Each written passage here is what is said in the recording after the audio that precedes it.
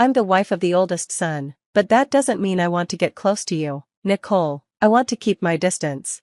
These were the words of my brother's wife when they had just gotten married. The three of us, my mother, my sister-in-law, and I, were having tea together. While I understand the importance of maintaining distance, I was shocked by her boldness in saying that to us so directly. The reason we were having tea was that my mother wanted to get along better with Amanda, but it seemed like Amanda didn't realize this, and I felt disappointed by her reaction.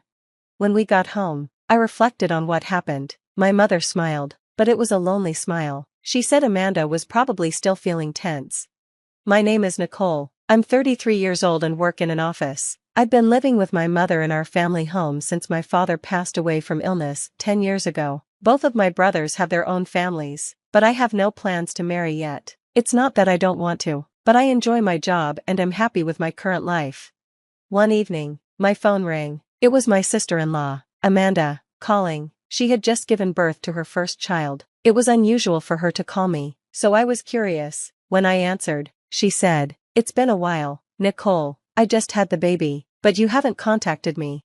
Normally, I would expect my sister-in-law to thank me for congratulating her on the baby, but instead, she started the conversation in such a blunt way. She is the same age as me and has been married to my brother for 7 years. He adores her, but I've never liked her. She often makes sarcastic comments and talks in a nagging way, though she doesn't act like this with my brother. "Hello, Amanda. It's been a while. I should have reached out sooner. Sorry about that. And congratulations on the baby," I said. I had been busy with work and thought she would be busy too after giving birth, so I hadn't contacted her, but now I realized I was wrong. I decided not to mention that I had once apologized to her before, and she responded rudely, saying, "Are you trying to brag about how busy you are? I only work part-time, so you don't need to show off." Of course, I wasn't trying to brag. I was just apologizing sincerely. She just snorted. "Well, whatever," she said. "You should come visit the baby soon. She's a cute little girl." I could tell that Amanda's real intention was for me to give a nice baby shower gift. I felt disheartened by her words. Although the baby is my adorable niece and her birth is something to celebrate, I couldn't help but wonder why Amanda had to make such unnecessary comments. I just wished she would let me congratulate her when I was ready and with genuine feelings. "Alright, I'll come visit with my mom on a day that works for you," I said. "Oh, please don't bring your mom. I'm not good with her. I already introduced her to the baby when we left the hospital, and we even got congratulatory money from her," Amanda replied. I was irritated by her words. It felt like she was saying the only reason to meet my mom was to give a gift, and the way she talked about my mom, her mother-in-law, was hurtful. "Okay, I understand," I said. "Please let me know a convenient day. And sorry, but I need to go now. I'm taking my dinner break." Amanda's rude comments weren't anything new, but I didn't want to feel more uncomfortable, so I just replied casually and ended the call. I felt uneasy about everything. When I came downstairs, my mom, who was preparing dinner, saw my scowl and tilted her head. I thanked her for the meal and told her about the conversation with Amanda. I was upset and needed to vent.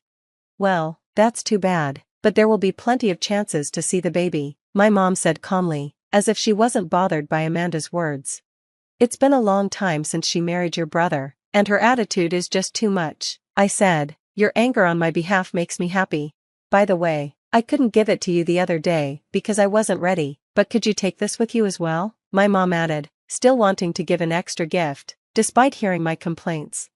I smiled bitterly at the wrapped present. "Mom, you're really too kind." "Alright, I'll make sure to take it. It's for the baby, after all," I said. My mom nodded with a smile. There's a lot to think about when it comes to my sister-in-law, but it's for my adorable niece. I decided to think of it that way. On the day I went to Amanda's house, I ran into my younger brother's wife, Emily, on the way. Like me, Emily was also invited to Amanda's house. Emily married my brother 4 years ago, quickly became pregnant, and had a baby. Now, she's expecting her second child. It might sound rude to compare, but unlike Amanda, Emily is cheerful, honest, and gets along well with both my mom and me. When we arrived at Amanda's house, she greeted us in a surprisingly good mood. She led us into the living room, where the baby was sleeping in a crib. The sight of the innocent, sleeping baby made me feel calm and happy. We laughed quietly, not wanting to wake the baby, and sat down on the sofa. After Emily gave her gift, I handed over mine. I brought some blankets, toys, and a baby outfit that my mom made, I said. Amanda unwrapped the clothes my mother had made, and after looking at them, she sighed heavily. Handmade? That's worse than trash, she said. Why does she give us such a cheap gift? The other things aren't great either. I'm so disappointed.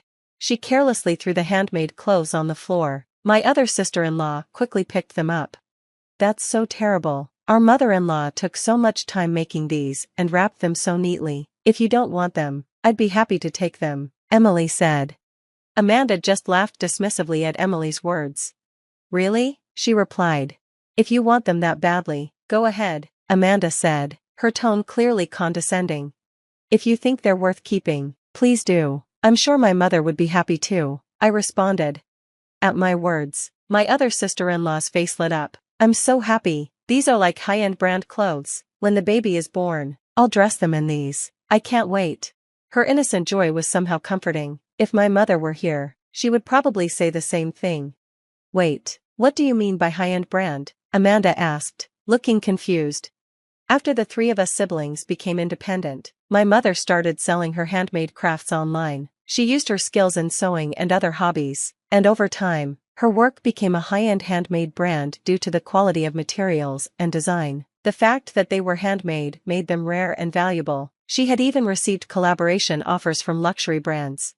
Amanda had never shown interest in me or my mother and kept her interactions to a minimum, so she didn't know about any of this. My brother should have known, but maybe he didn't think it was important to mention. After I explained, Amanda looked surprised. I never heard about that. Wait, that changes things. Give it back. She tried to grab the clothes back from my other sister-in-law, but I quickly stepped in between them and stopped her. What would you do if something happened to Emily or her unborn baby? I asked sharply. My words seemed to strike a nerve with Amanda. Her face turned red, and she started venting her emotions like steam from a kettle. No one would think clothes made by my mother-in-law as a hobby would be high-end. It's like a trick. You sly woman, she yelled. Nicole gets to do what she loves, even though we're the same age. It's not fair, she continued. Emily had a baby right away and is already expecting her second. It's so sneaky. Show some consideration and hold back a little. In short, that was her rant. Most of it had nothing to do with the current situation, and it seemed like the majority of it was jealousy towards me and Emily. I finally understood why she was always so harsh towards my family members, except my brother.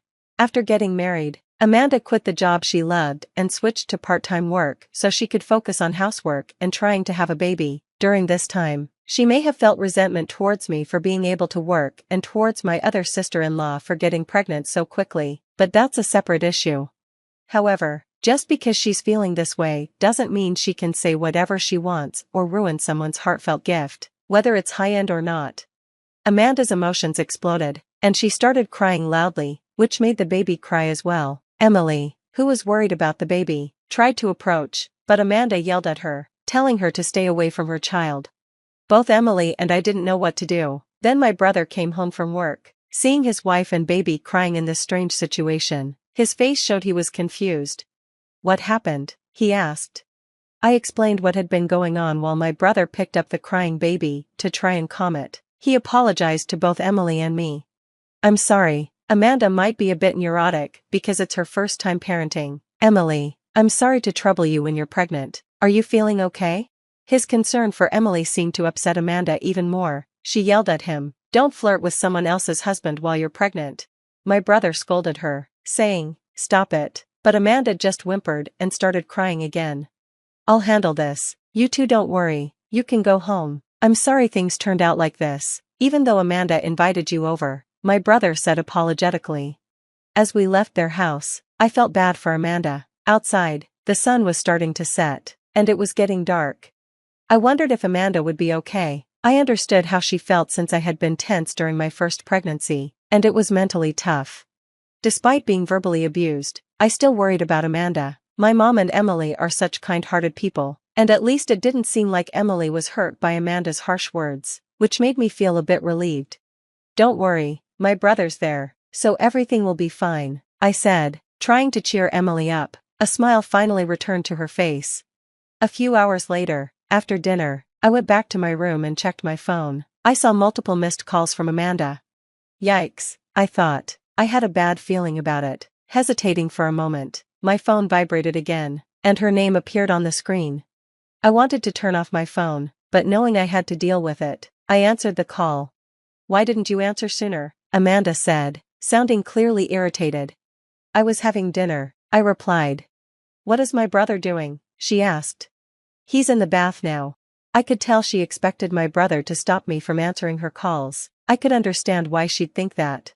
My brother takes long baths, so Amanda probably wanted to complain about something while he wasn't around. Even though I had an idea of what was going on, I asked her, "So, what can I do for you?" "Send another set of baby clothes," she said. I couldn't help but blurt out, "What? Are homemade clothes worse than trash?" "Stop nagging," she replied. "It's a high-end brand, right? I want to brag about it on SMS. Ask your mother to make another one." I sighed, tired of her ridiculous request. It was even more absurd than usual. I wasn't expecting her to apologize, but this was too much. As I struggled to find the right words, she became even more aggressive. "What's with the sigh? Emily says she's already gotten hers, and everyone else has theirs too." From her words, I could tell she had called my other sister-in-law before me. She probably claimed the clothes as her own and tried to take them, not realizing how ridiculous she sounded. I couldn't help but burst out laughing. "Laughter, shame on you, Amanda, throwing my mother's heartfelt gift on the floor, calling it worse than trash, and then changing your attitude when you find out it's a high-end brand. Aren't you embarrassed as an adult? If you really want it, apologize to my mother and ask her yourself." I had never been harsh with Amanda before. I always tried to be considerate of my mother and brother, but I had reached my limit. My mother knew the whole story about giving the baby clothes to Emily, and I didn't like that Amanda thought she could just ask for them. She should bow her head and ask for it herself once in a while. "So, you're saying all those mean things because it's about my child?" she asked, her voice shaking. "It has nothing to do with that," I replied, but she fell silent, and I could hear her sobbing on the other end of the line. She seemed to be very sensitive when it came to being criticized. "Everyone is so cold. I finally gave birth to a baby, and nobody's pampering me. I'm blocked by Emily, ridiculed by you, and my husband won't even take my side. In the end, only David is on my side." Her mentioning an unfamiliar name made me question what I had just heard. I was shocked to hear that even gentle Emily had blocked her, but she must have said something terrible to her on the phone.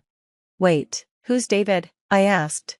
At my question, she gasped, realizing she had let something slip. She seemed to panic. As I waited for her to speak, I heard my brother's voice asking, "What's going on?" He must have just gotten out of the bath. Amanda was startled and stammered, "No, no, no, that's not David. He's just an online friend. You're misunderstanding things."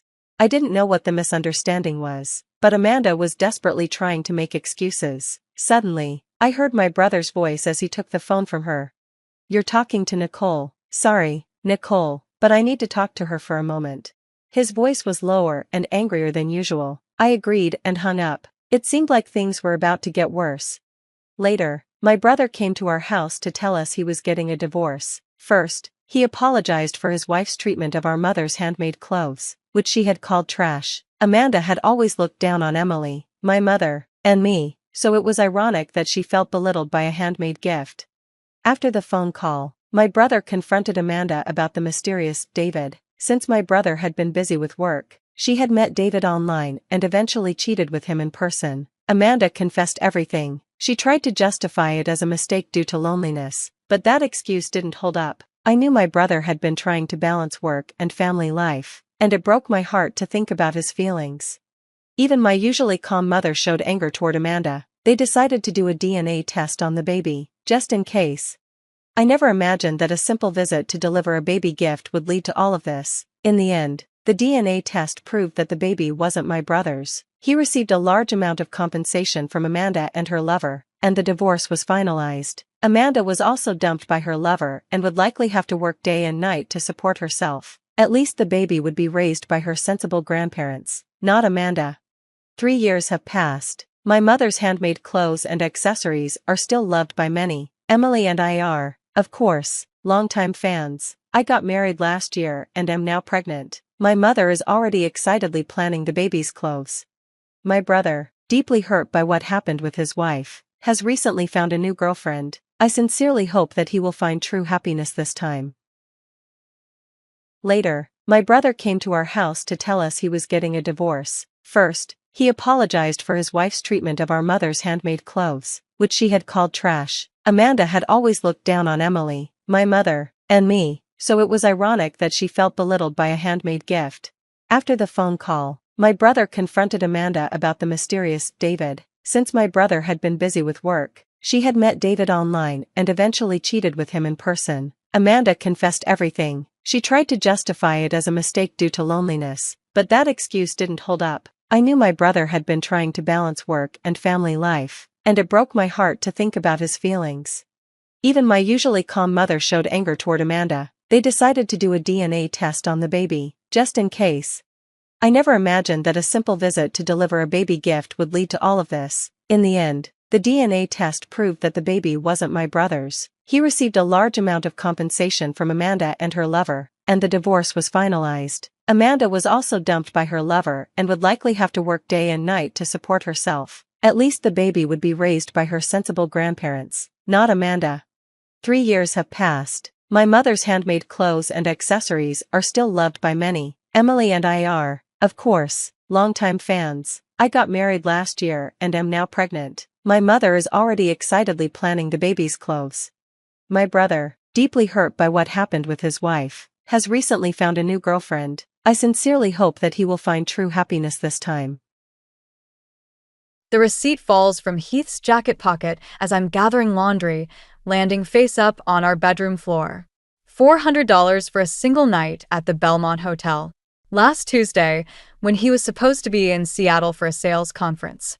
My hands shake as I pick up the paper, its crisp edges cutting into my fingertips. The date burns into my vision like a brand. I know that hotel. It's downtown, 20 minutes from our house. I hear Mason's video game sounds drifting up from the basement, the familiar beeping and explosions that usually fade into background noise. But now each sound feels like a needle under my skin. I fold the receipt carefully, tucking it into my back pocket. Hey, beautiful. Heath appears in the doorway, fresh from his shower. Water droplets still cling to his neck, and he's wearing that easy smile that used to make my heart skip. What's for dinner? I was thinking pasta. My voice comes out steady, surprising me. How was your morning meeting? Good, good. Closed that Philip's account finally. He starts rummaging through his dresser. Though honestly, these local clients are getting harder to land. Maybe I should focus more on out-of-state business. Like Seattle, I think, the receipt burning against my hip. Speaking of travel, how was that conference last week? You barely mentioned it. Heath pauses for just a fraction of a second before pulling out a shirt. Same old corporate stuff. Boring presentations, rubber chicken dinners. You know how it goes. I watch him button his shirt in the mirror, his fingers moving with practiced efficiency. 15 years of marriage, and I've seen this routine thousands of times. But now I'm noticing things. The new cologne he's wearing, the way he's been going to the gym more often, how his phone is always face down these days. Mom, Mason's voice carries up the stairs. Can Owen come over tomorrow? He got that new game we were talking about. We'll discuss it at dinner, honey. I call back, my eyes still fixed on Heath's reflection. Speaking of dinner, I should start the water boiling. In the kitchen, I mechanically gather ingredients, my mind racing. The Belmont Hotel. $400. A Tuesday night. Each detail feels like another piece of a puzzle I never wanted to solve. Heath comes down just as I'm draining the pasta, wrapping his arms around my waist from behind. His touch, once comforting, now makes my skin crawl.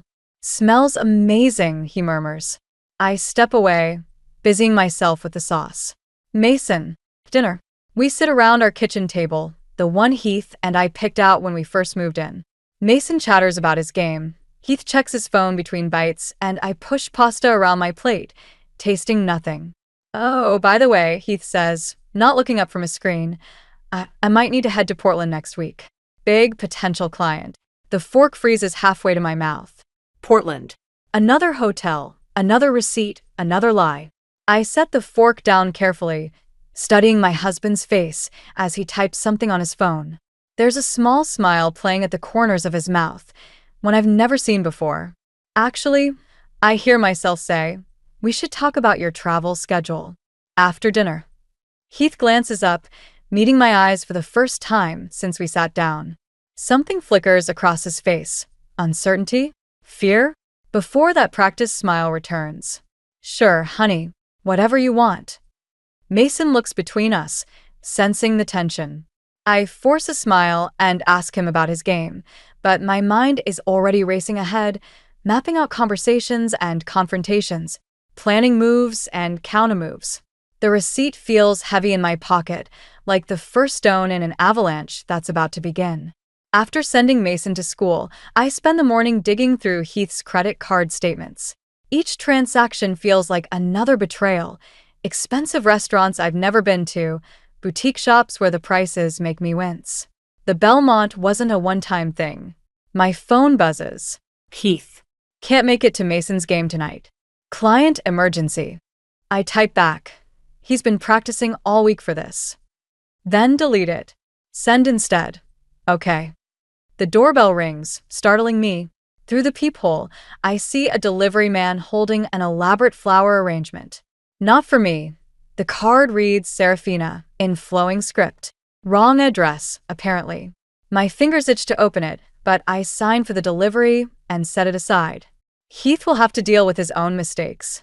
At Mason's soccer game that evening, I spot a woman I've never seen before, standing at the far end of the field. Expensive clothes, perfect hair, watching our son with unusual interest. Something about her stance makes my stomach clench. Mom, Mason waves from the field. Did you see that save? I force a smile and cheer, but my eyes keep drifting back to the woman. She's gone before halftime. Great game, buddy. I tell Mason afterward, ruffling his hair. Ice cream? Can we wait for Dad? He said he might make it for the second half. He got caught up at work. The lie tastes bitter. But hey, more sundae toppings for us, right? At the ice cream shop, Mason picks at his dessert. Jake's parents got divorced last month, he says suddenly. He says his dad has a girlfriend now. The spoon freezes halfway to my mouth. That must be hard for Jake. Yeah. Mason swirls his ice cream into soup. His dad missed his birthday party. My phone lights up with a text from Heath. Running late. Don't wait up. Mom, Mason's voice is small. Are you and Dad okay? Before I can answer, a laugh from outside the shop catches my attention. Through the window, I see Heath walking past with a woman, the same one from the soccer field. His hand rests on the small of her back, intimate and familiar. They haven't noticed us. Mom, Mason turns to look, but I grab his attention. Hey, want to try some of mine? The mint chip is really good. That night, after Mason's asleep, I hear Heath's key in the lock. He smells like expensive perfume and whiskey. You missed a great game, I say from the darkness of the living room. He jumps. Jesus, Lila, why are you sitting in the dark? Serafina seems nice. The name drops like a stone between us. Does she like soccer? Heath's face hardens. Have you been following me? Didn't have to. She came to watch my son play. My voice stays steady, even as rage builds in my chest. Our son. It's not what you think. The flowers came here by mistake. I gesture to the arrangement. You might want to update her delivery address. He runs a hand through his hair, unnervous, till I used to find endearing. Look, things haven't been great between us. Save it. I stand up. I've already called a lawyer, but we need to tell Mason together. He deserves that much. You're overreacting. We can work this out. Can we? Because I saw you tonight, Heath. The way you looked at her. I swallow hard. You never look at me like that anymore. The silence stretches between us, filled with 15 years of memories turning sour. Finally, Heath grabs his keys. I need some air. Of course you do. I head upstairs, pausing on the third step. By the way, Mason asked about Jake's parents getting divorced today. Funny timing, isn't it? I don't wait for his response. In our bedroom, I start packing a bag, my hands steady despite everything. The woman at the soccer field keeps appearing in my mind, watching my son, marking her territory. Well, two can play at that game. The Children's Hospital Foundation Gala wasn't where I expected to find Serafina Kane, but there she is, holding court near the champagne fountain.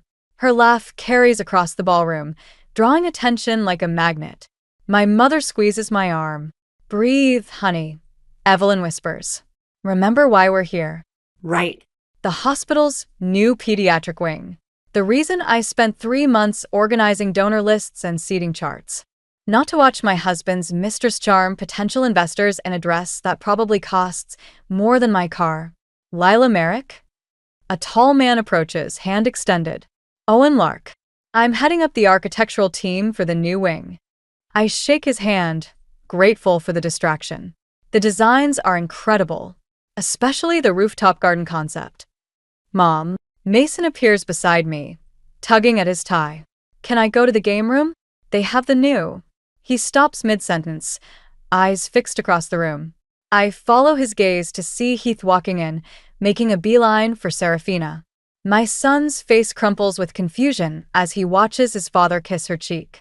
Mason, I start, but he's already moving through the crowd. I'll go, Evelyn says, following him. Owen shifts uncomfortably. I should probably stay, I say, surprising myself.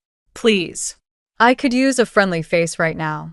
Serafina spots me, whispering something to Heath. They approach, her arm linked through his like they're attending their own wedding.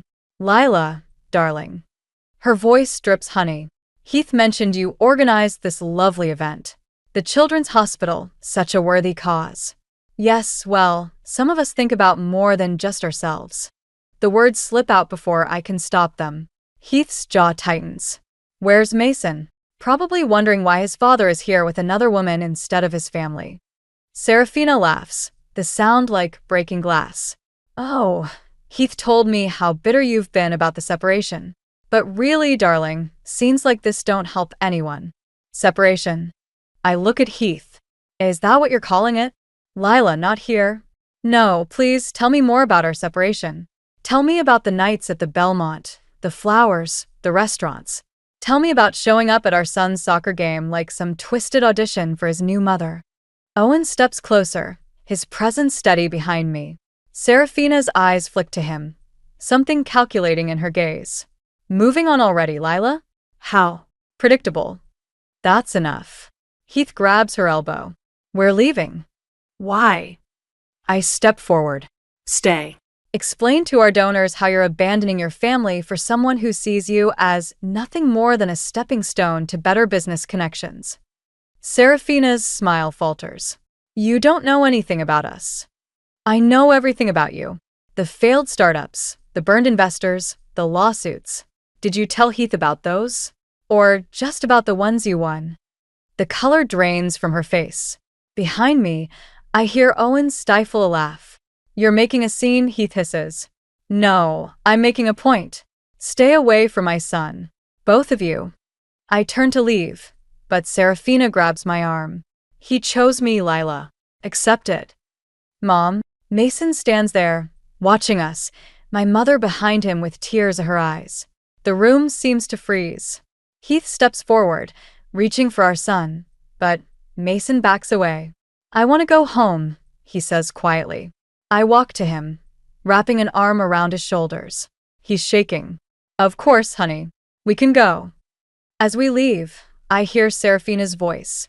Heath, aren't you going to? But we're already moving through the crowd, my mother and Owen flanking us like guards. Outside, the night air hits my face, and I realize I'm shaking too. Not from fear or sadness, but from something else. Something that feels dangerously like power. Mom, Mason looks up at me. Are we okay? I pull him closer, catching Owen's concerned glance, feeling my mother's hand on my back. We will be, I promise. We will be. Mason's phone buzzes for the 3rd time during dinner. He glances at it, then quickly turns it face down. No phones at the table. I remind him, but something in his expression makes me pause. Everything okay? Fine. He pushes his posture around. Can I go to Dad's this weekend? He's taking me to that new water park. The water park we'd planned to visit together next month. I thought we were going to Serafina got VIP passes. He says her name casually, like he's known her forever. She says they have this awesome new slide that... The fork slips from my hand, clattering against the plate. You've been talking to Serafina? Mason's face closes off. She's nice, Mom. She helps me with math homework sometimes when I'm at Dad's. The room tilts sideways. Math homework. While I've been working late, trying to keep our lives stable, she's been playing tutor to my son. How long has this been happening? He shrugs, reaching for his phone again. It lights up with another message. Mason. My voice sharpens. Show me the phone. You can't tell me who to talk to. He clutches it to his chest. Dad says you're just jealous because Serafina's successful and you're stuck in the same boring job. The words hit like a slap. Before I can respond, the doorbell rings. Owen stands on the porch, holding a folder. Sorry to drop by unannounced, but I found something about Serafina you should see.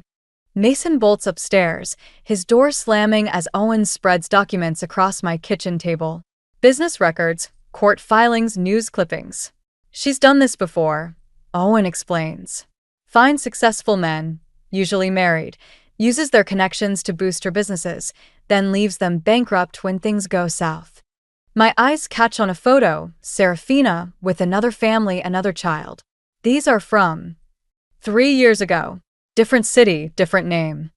Owen taps the article. The kid was 12 too. A text lights at my phone. Heath asking for Mason's shoe size. For water park sandals, probably. I imagine Serafina shopping with them, playing happy families with my son. Mom, Mason appears in the doorway, backpack in hand. Dad's here to pick me up. Through the window, I see Heath's car idling in the driveway. Serafina sits in the passenger seat. Mason wait, but he's already moving past me.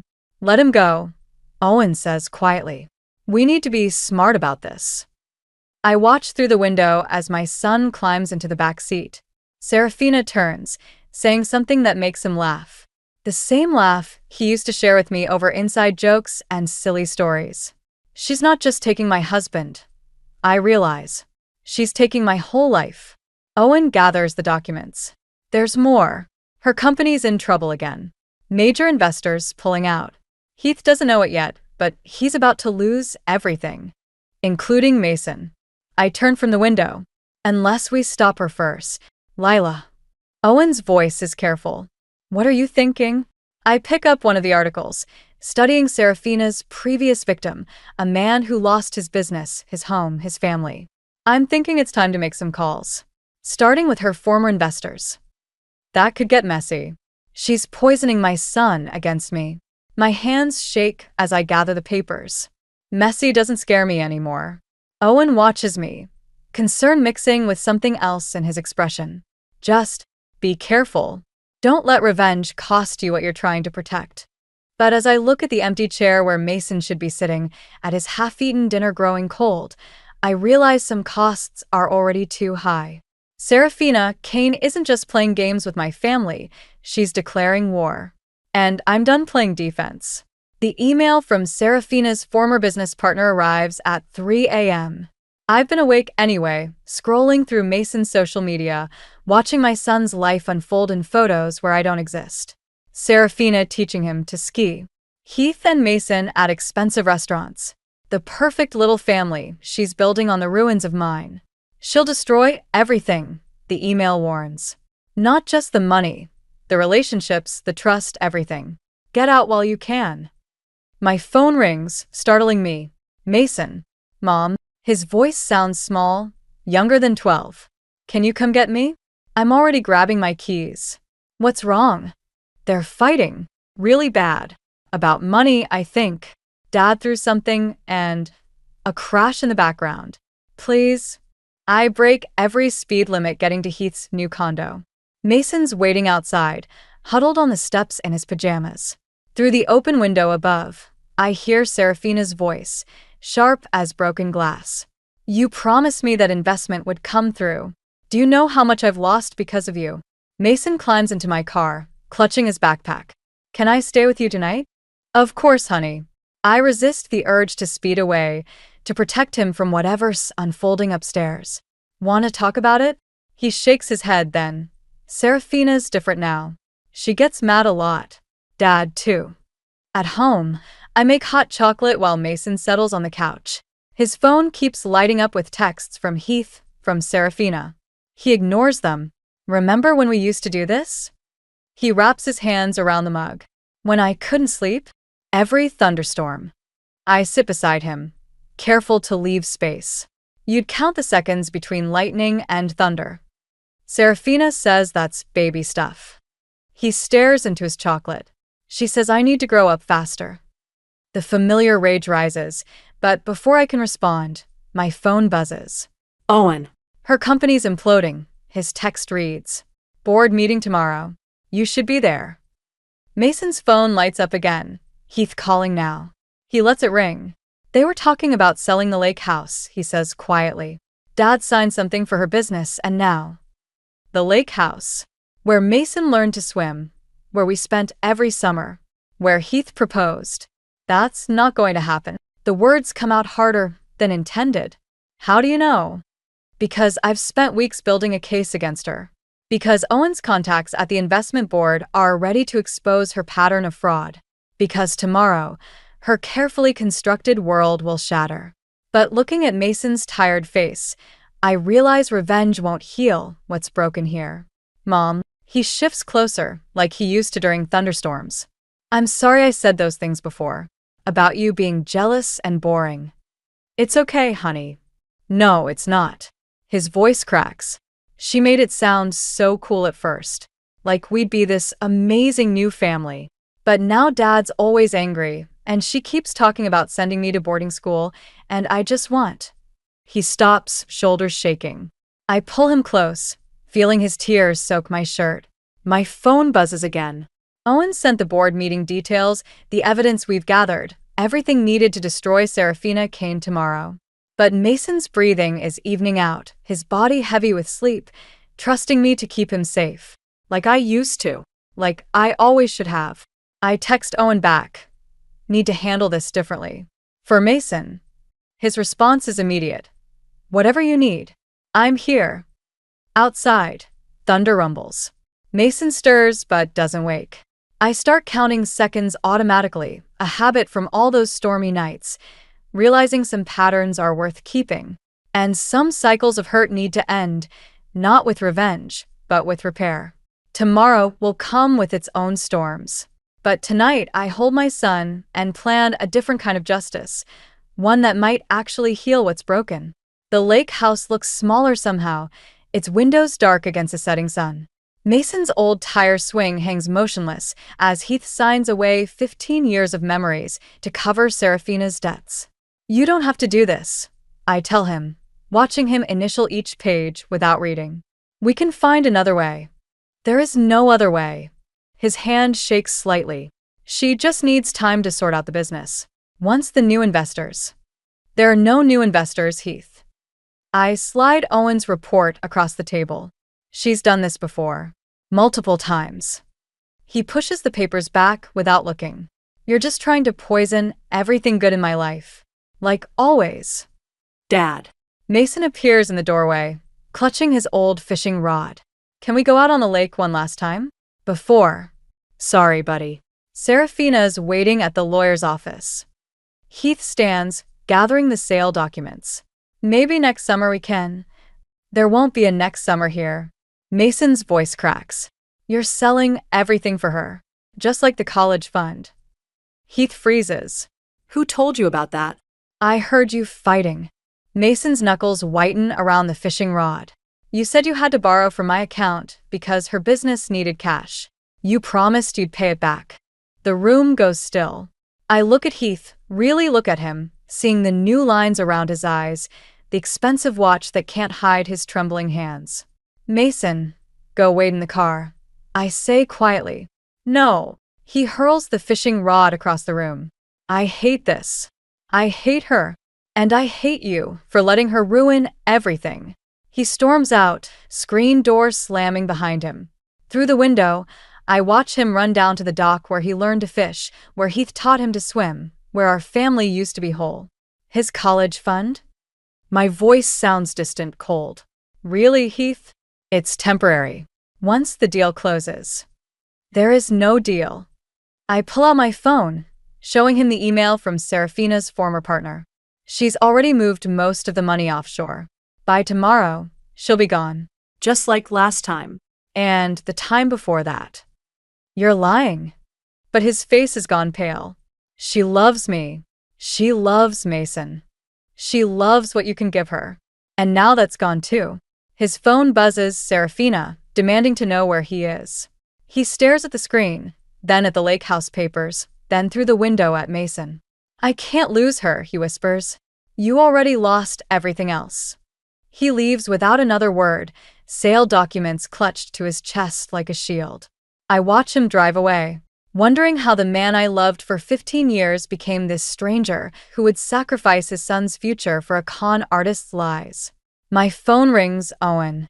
The board meeting's starting, he says. Serafina's there. If you want to stop this. It's too late. I watch Mason on the dock, his shoulders shaking. He gave her Mason's college fund. Silence on the line. Then, I'll have my lawyer draw up emergency custody papers. With the financial fraud evidence. No. I think of Mason's face when he threw the fishing rod, all that hurt and betrayal. More legal battles won't heal that. I need to try something else first. Lila. Trust me. I hang up and walk down to the dock, sitting beside Mason. The lake stretches before us, reflecting the dying sun like shattered glass. Remember when you were 6, I say softly, and you fell off the dock? You were so scared, but you knew how to swim.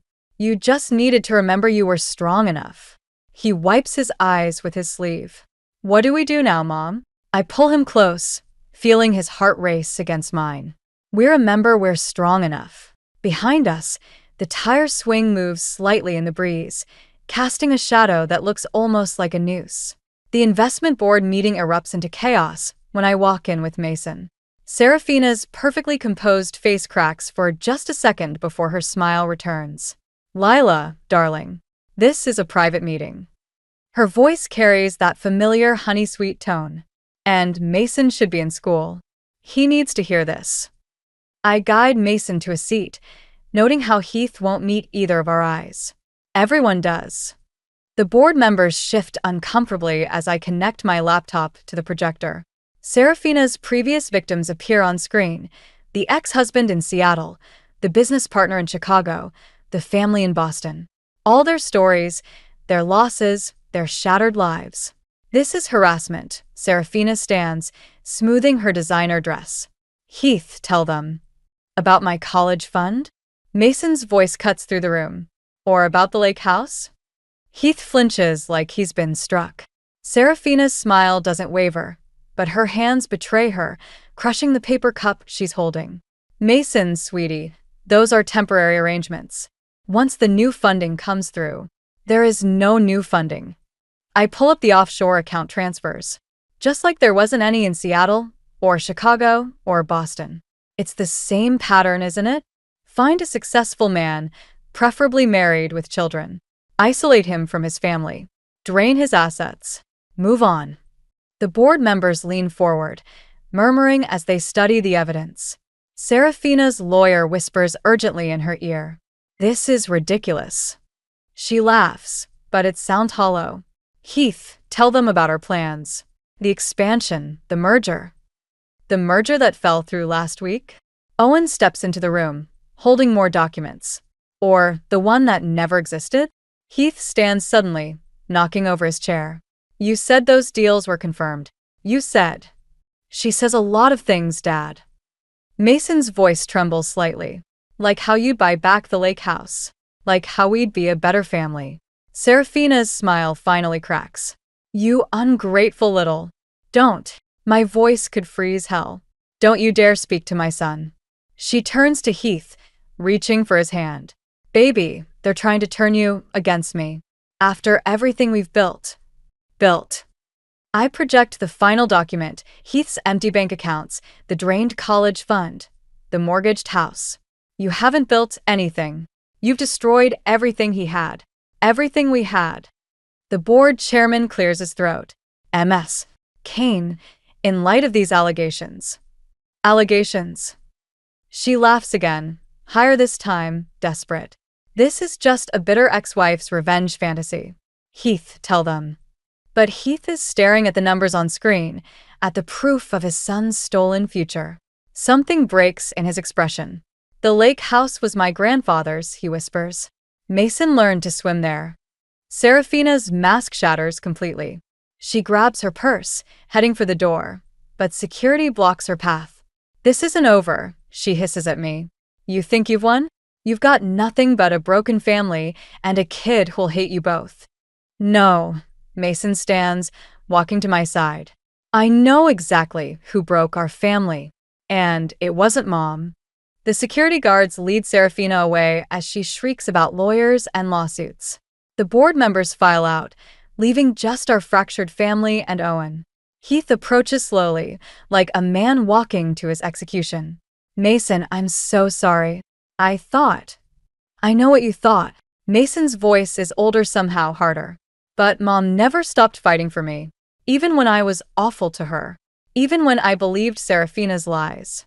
He turns to me, and for a moment I see my little boy again, the one who needed me to check for monsters under his bed. Can we go home now? I nod, taking his hand. Heath starts to speak, but Owen steps between us. I think you've done enough, he says quietly. We leave Heath standing there, surrounded by the wreckage of his choices. Outside, the sun breaks through the clouds, and Mason squeezes my hand. You okay? I ask. He considers this. No. But we will be. 6 months later, I stand in the kitchen of our new house, watching Mason and Owen argue good-naturedly over pancake toppings. The morning sun streams through windows that face east, my one non-negotiable requirement when house hunting.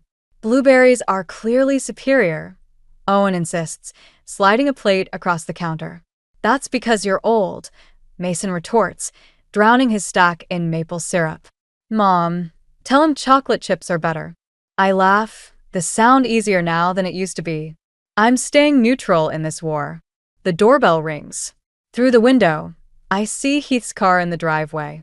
Mason tenses slightly, but keeps eating. I can get it, Owen offers. No, I've got this. I squeeze his shoulder as I pass.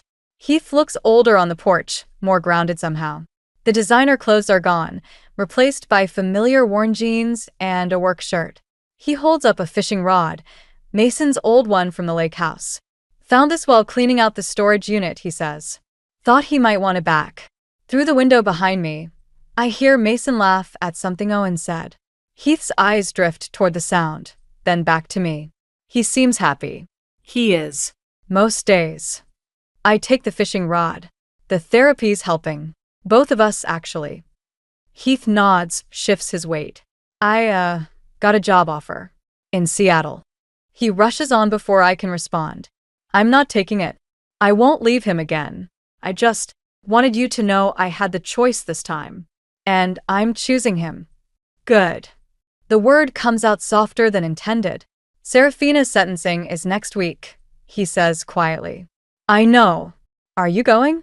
I think about the folder of evidence in my office, the hours spent helping prosecutors track her pattern of destruction. No. I'm done looking backward. He starts to say something else, but Mason appears behind me. Is that my old rod? Heath's face lights up. Yeah, buddy. Thought maybe, if you want, we could fix it up. The reel needs work, but Mom and Owen are taking me fishing next weekend, Mason says. At the state park. Maybe you could come? If Mom says it's okay. I feel the weight of their gazes.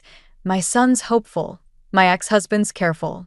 Through the kitchen window, I see Owen pretending not to watch, giving us space while staying close enough if needed. One day at a time, I tell them both.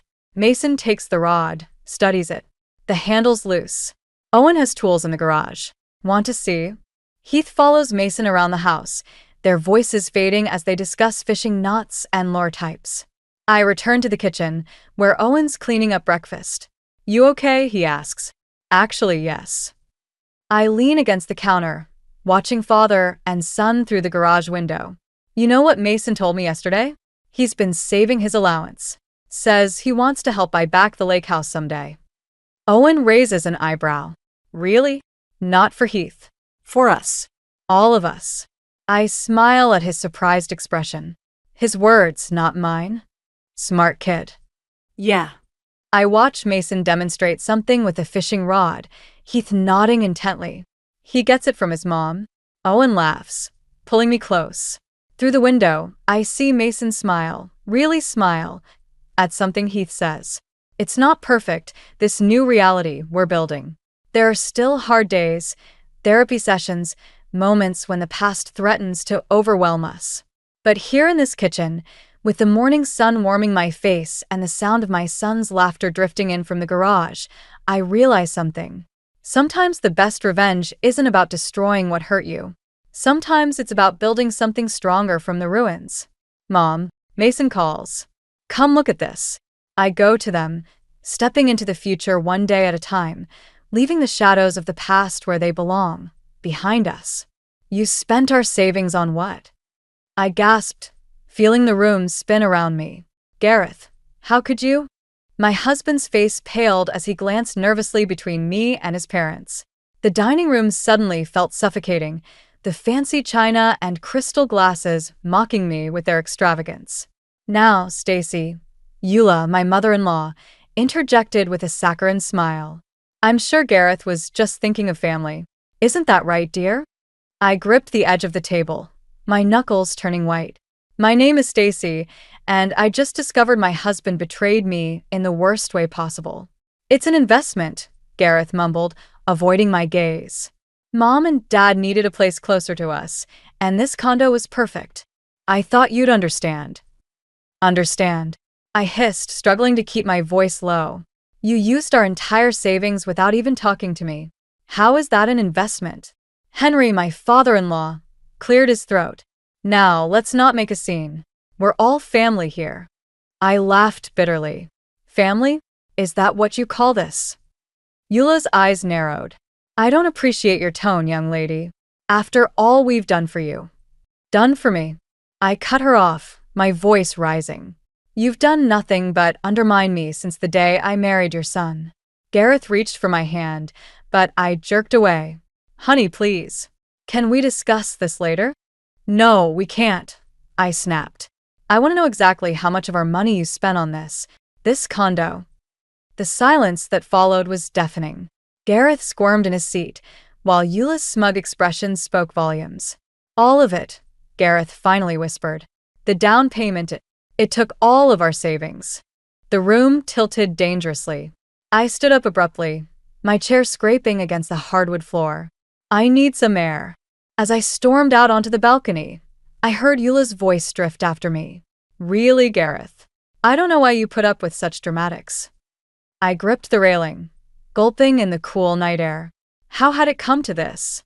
When had I become such a stranger in my own marriage?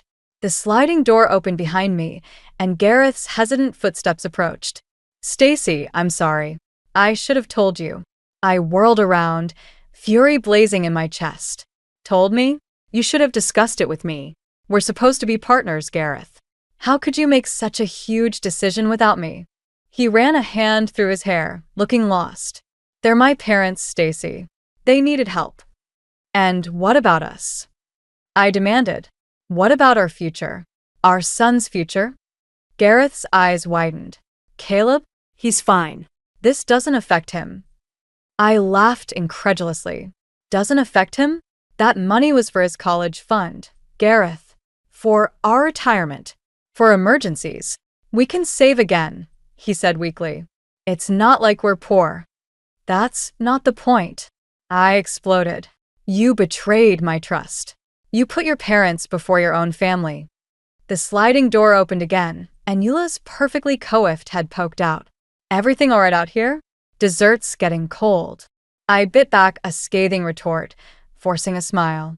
We'll be right in, Eula. As soon as she disappeared, I turned back to Gareth. This isn't over. We need to have a serious talk about our future. He nodded, relief washing over his face. Of course. We'll figure it out, I promise. But as we rejoined his parents at the table, the sickening realization hit me. This wasn't just about money. It was about loyalty, respect, and the very foundation of our marriage. Eula beamed as she served us each a slice of her famous apple pie. Now, isn't this lovely? All of us together like one big, happy family. I stabbed my fork into the pie, imagining it was something else entirely. Just wonderful, I muttered. As the conversation drifted to inane topics, I found myself withdrawing, observing the dynamics around me with new eyes. Gareth, eager to please his parents. Eula, subtly controlling every aspect of the evening. Henry, passively going along with whatever his wife decreed. And me? I was the outsider, the interloper in this tightly knit family unit. But as I watched Eula manipulate the conversation, steering it towards her latest social triumph, a spark of defiance ignited within me. I wouldn't be pushed aside so easily. I wouldn't let them steamroll over my life, my marriage, my future. So, Stacy, Eula's voice cut through my thoughts. How is little Caleb doing in school? Still struggling with reading, is he? I gritted my teeth, recognizing the subtle jab. Actually, he's made great progress. His teacher says he's one of the top readers in his class now. Eula's smile tightened. Oh, well, I'm sure Gareth's genes are finally kicking in. The Whitmans have always been exceptionally bright. I felt my blood begin to boil, but before I could retort, Gareth jumped in. Mom, did I tell you about the new project I'm working on at the firm? As Eula's attention shifted, lavishing praise on her darling boy, I sat back and observed. The pieces were falling into place, revealing a pattern I'd been blind to for far too long. This wasn't just about money or a condo. It was about control, about keeping Gareth firmly under their influence, even at the expense of his own family. Well, I thought, taking a sip of wine to hide my growing resolve. Two can play at that game. As the evening wore on, I smiled and nodded in all the right places. But inside, my mind was racing, formulating a plan. I wouldn't let them win. I wouldn't let them destroy everything I'd worked so hard to build. This betrayal was just the beginning, but I would make damn sure it was also the end. The moving truck rumbled away, leaving me standing in the shadow of the luxury condo that had swallowed our savings. Caleb tugged at my hand, his eyes wide with excitement. Mommy, look at the big fountain, he exclaimed, pointing to the ornate water feature in the courtyard. I forced a smile. It's nice, sweetie. Let's go see our new home. As we entered the lobby, Eula's shrill voice echoed off the marble floors. There you are. We were beginning to think you'd gotten lost. She swept forward, enveloping Caleb in a suffocating hug. Come to Grandma, my precious boy. I've got your room all set up. It's fit for a little prince. I bristled at her words. We'd agreed Caleb would share a room with us, at least initially. But before I could object, Gareth appeared, laden with boxes. Mom, maybe we should let Stacy and Caleb settle in first, he suggested weakly. Eula waved him off. Nonsense. Family helps family. Now, Stacy dear, I've taken the liberty of unpacking some of your things. I hope you don't mind, but that horrid floral vase simply wouldn't do in the living room. My jaw clenched. That vase was a wedding gift from my late grandmother. Actually, Eula, I'd prefer to unpack my own belongings. Her eyes narrowed for a split second before her saccharine smile returned. Of course, dear. I was only trying to help. You must be exhausted after all that packing. The way she said it made it sound like I'd been digging ditches instead of organizing our life into boxes. I bit back a retort, reminding myself that this was temporary. We just needed to save enough to move out.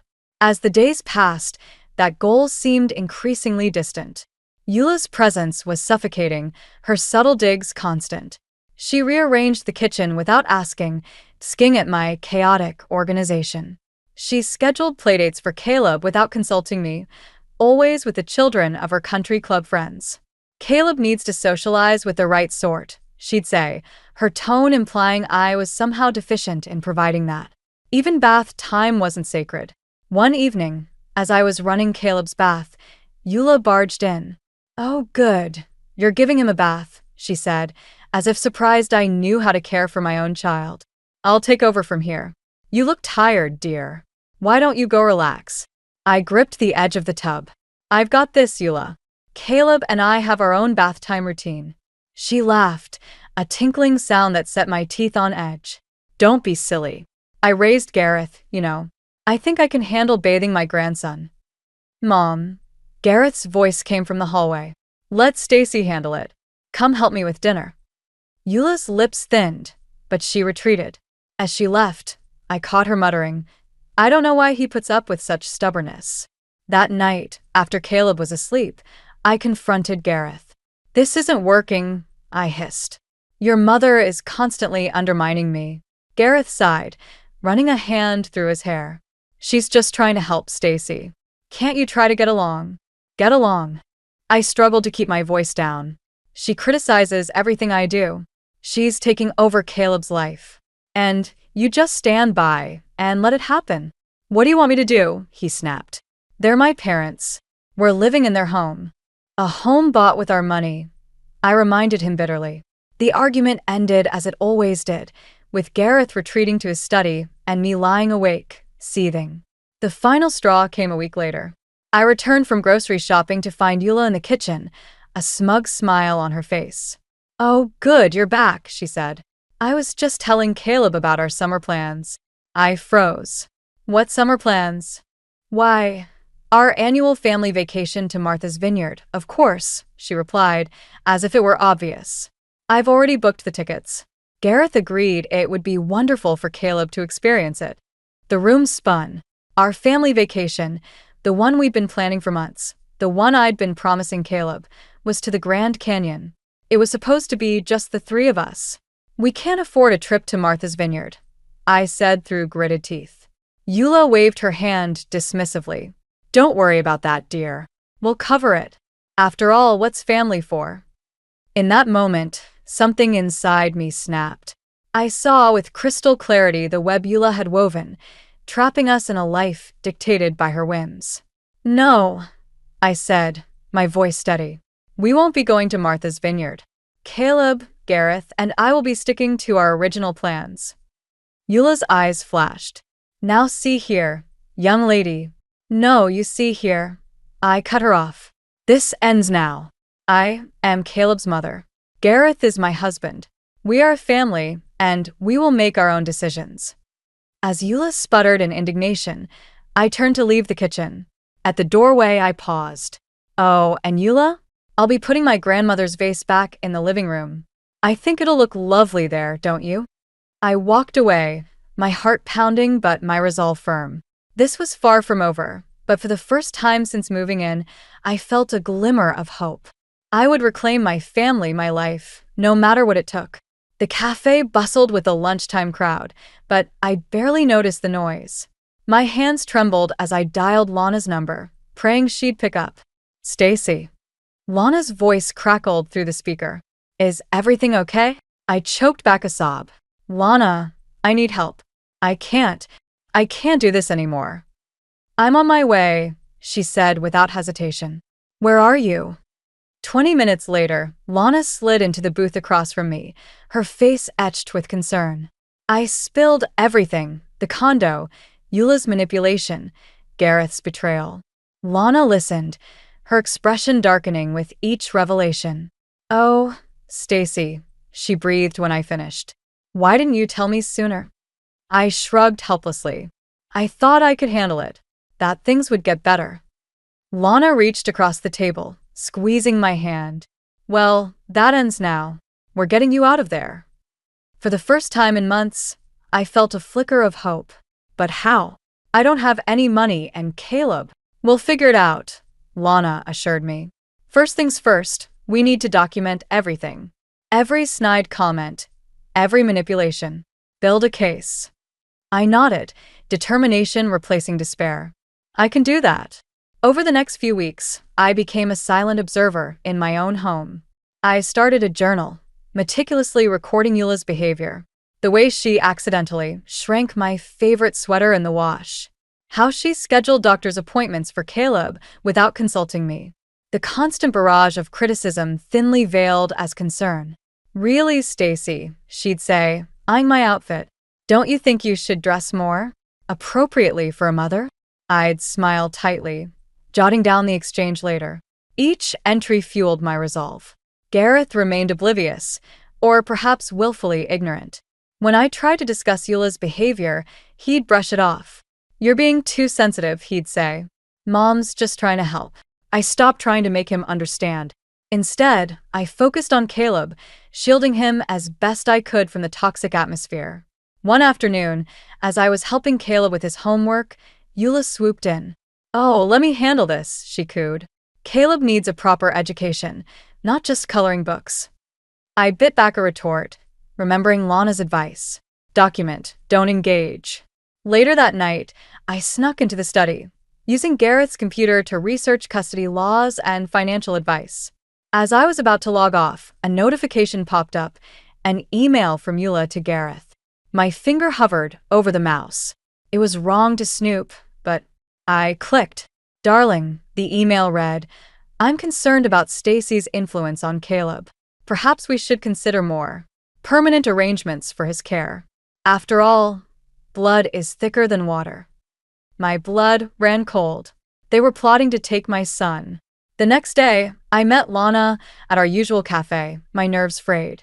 They want to take Caleb, I whispered, showing her the email I'd forwarded to myself. Lana's eyes widened. This is serious, Stacy. We need to act fast. She pulled out her phone, scrolling through contacts. My cousin Evan, remember him? He owns a small business. He's always looking for help. It's not much, but it could be a start. I hesitated. I don't know, Lana. I haven't worked in years. And what about Caleb? One step at a time, she said firmly. First, we get you some financial independence. Then we tackle the rest. That evening, I returned home with a plan forming. As I entered, I heard Eula's voice from the kitchen. I just don't understand why she can't be more grateful, she was saying. After all we've done for her. I paused, listening. Now, dear, Henry's placating tone replied. Stacy's trying her best. Her best. Eula scoffed.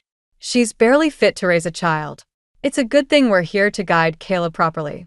My hands clenched into fists. Every instinct screamed at me to burst in, to confront them. But I held back, remembering my goal. This wasn't just about me anymore. It was about securing a future for Caleb, free from their toxic influence. I retreated to my room, pulling out my journal. As I documented the overheard conversation, a sense of calm settled over me. For the first time since this nightmare began, I had a clear path forward. The next morning, I called Evan. I'd love to hear more about that job opportunity, I said, my voice steady. As I hung up, I caught sight of my reflection in the mirror. The woman staring back at me looked different, stronger, more determined. I thought of Caleb, of the life I wanted for us, of the example I wanted to set for my son. No more silent suffering. No more letting Eula dictate our lives. It was time to take control. I picked up my journal, flipping through the pages of documented abuse and manipulation. Soon, very soon, I'd have enough to make my stand. And when I did, Eula, Gareth, and anyone else who tried to come between me and my son would learn just how formidable I could be. The silent rebellion had begun, and I was ready for war. The bell above the door chimed as I stepped into Evan's small bookstore. The scent of old paper and coffee wrapping around me like a comforting blanket. Lana waved from behind the counter, her smile warm and encouraging. Stacy, you made it, she said, coming around to give me a quick hug. Evan's in the back. Let me grab him. I nodded, my stomach churning with a mixture of nervousness and hope. This meeting could be the first step towards my independence, away from Eula's suffocating control and Gareth's betrayal. Moments later, a tall man with kind eyes and an easy smile emerged from the back room. You must be Stacy, he said, extending his hand. I'm Evan. Lana's told me a lot about you. As we sat down to talk, I found myself relaxing. Evan listened intently as I explained my situation, his expression a mix of sympathy and determination. Well, he said when I finished, I could certainly use some help around here. It's not much, but it's a start. When can you begin? The relief that washed over me was almost overwhelming. Really? I I can start whenever you need me. We worked out a schedule that would allow me to work while Caleb was at school, without raising suspicion from Eula or Gareth.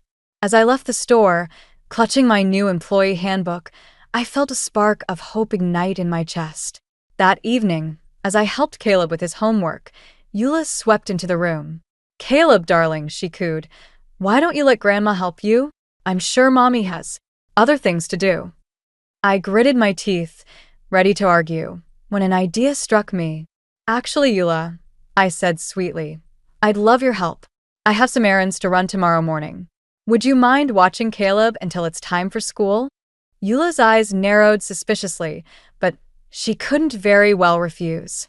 "Of course, dear. Happy to help." The next morning, I left the condo with a spring in my step, my work clothes hidden under a loose sweater. The thrill of my secret rebellion carried me through my first day at the bookstore.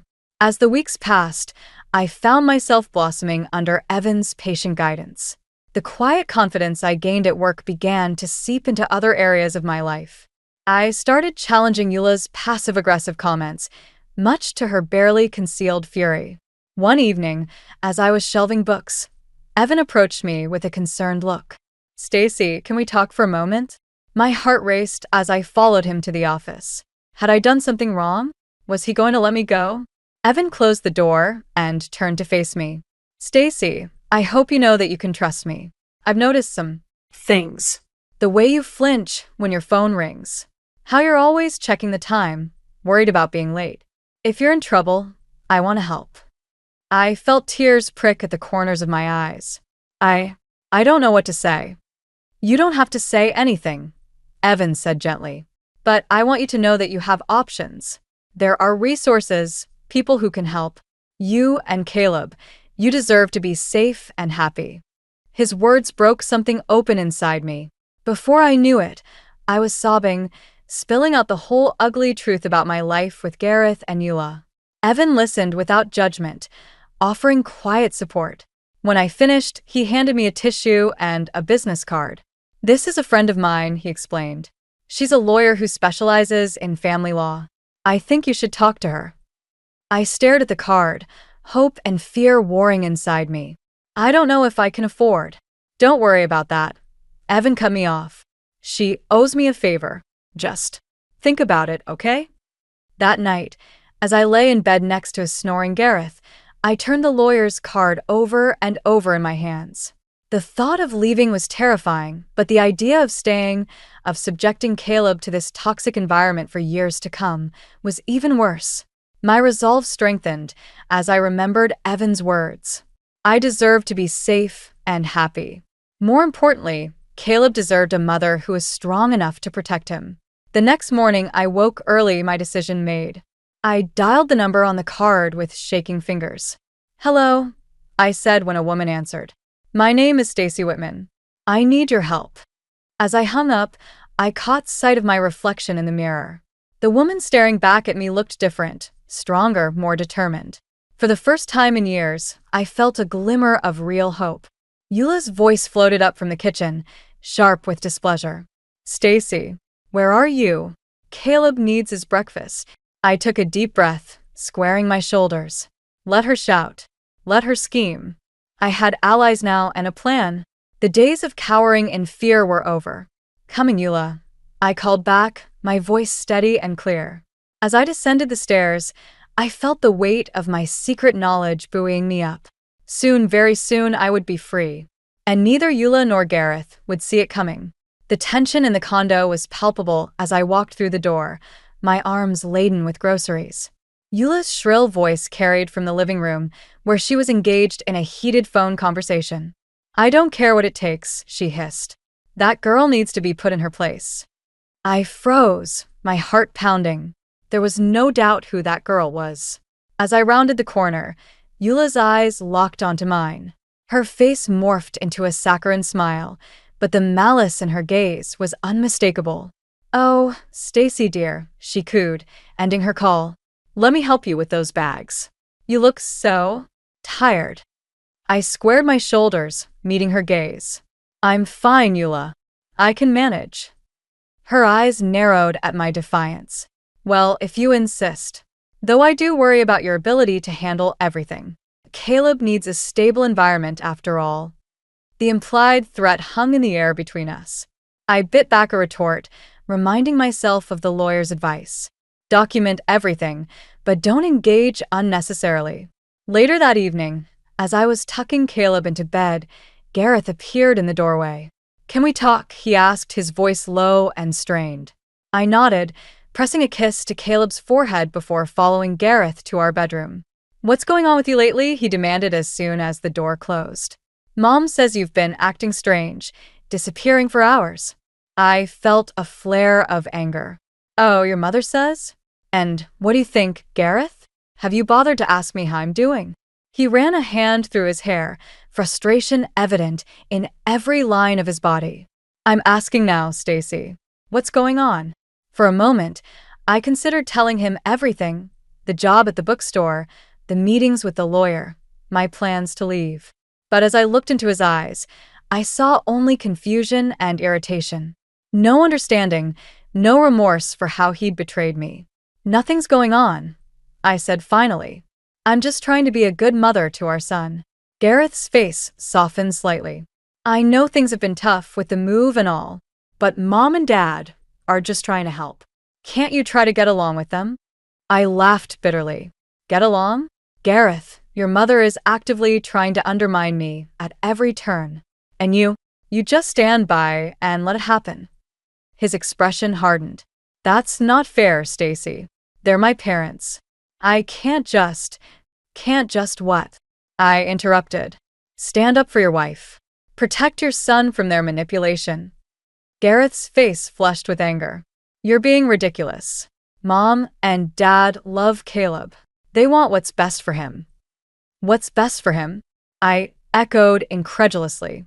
"Like when your mother tried to enroll him in that elite preschool without consulting me.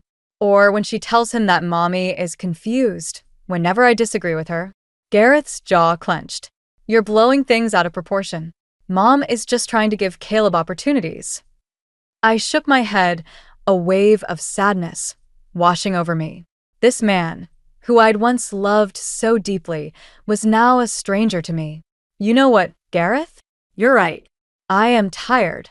Tired of fighting for a place in my own family. Tired of being treated like an outsider in my own home." His eyes widened, a flicker of fear crossing his face. "What are you saying?"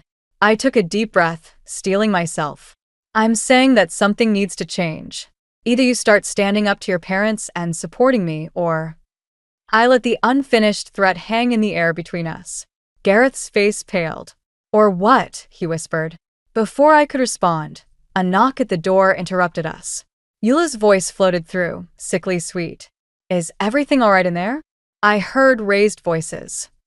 Gareth shot me a pleading look before opening the door. "Everything's fine, Mom. Stacy and I were just talking." Eula's eyes darted between us, her lips curved in a triumphant smile. "Well, if you're sure. I was just about to make some tea. Would you like to join me, Gareth? We can discuss that business proposal your father mentioned." I watched as Gareth hesitated, torn between staying to finish our conversation and following his mother. In the end, habit won out. "Sure, Mom," he said, avoiding my gaze. "I'll be right down." As they left, I sank onto the bed, a mix of anger and determination coursing through me. This confrontation had made one thing crystal clear: I couldn't count on Gareth to change. If I wanted a better life for myself and Caleb, I would have to make it happen on my own. I pulled out my phone, sending a quick text to Lana. "It's time. Can you help me get everything ready?" Her response came almost immediately. "Absolutely. We're here for you, Stacy. Whatever you need." I took a deep breath, feeling a strange sense of calm settle over me. The storm was gathering, but for the first time in years, I felt ready to face it head-on. Eula and Gareth had no idea what was coming, but they were about to learn that I was no longer the meek, compliant woman they thought they could control. The time for silent rebellion was over. Now it was time for action. The Whitman family's annual garden party was in full swing, the manicured lawn dotted with elegantly dressed guests sipping champagne. I stood at the edge of the crowd, my heart pounding as I clutched the folder containing months of meticulously gathered evidence. Eula's voice carried across the garden, her laugh tinkling like broken glass. "Oh, Stacy dear, do come and join us. We were just discussing Caleb's future." I took a deep breath, steeling myself. This was it, the moment I'd been preparing for. As I approached the group, I caught sight of Gareth, his face tight with tension. He'd been on edge ever since our argument, clearly sensing the shift in our relationship but unable or unwilling to address it. "What about Caleb's future?" I asked, my voice steady despite the adrenaline coursing through my veins. Eula's smile was razor-sharp. "Well, we were just telling the Hendersons about that wonderful private school we're considering. The one with the accelerated program." I felt a flash of anger. We'd never discussed any private school. "Oh, and when was this decision made?" Henry cleared his throat uncomfortably, but Eula pressed on. "Now, Stacy, don't be difficult. We're only thinking of what's best for Caleb." "What's best for Caleb?" I echoed, my voice rising. "Like when you tried to enroll him in that elite preschool without consulting me. Or when you tell him that mommy is confused whenever I disagree with you?" A hush fell over the gathering. Eula's face flushed with anger and embarrassment. "I don't know what you're talking about. Gareth, control your wife." But Gareth stood frozen, his eyes darting between me and his mother.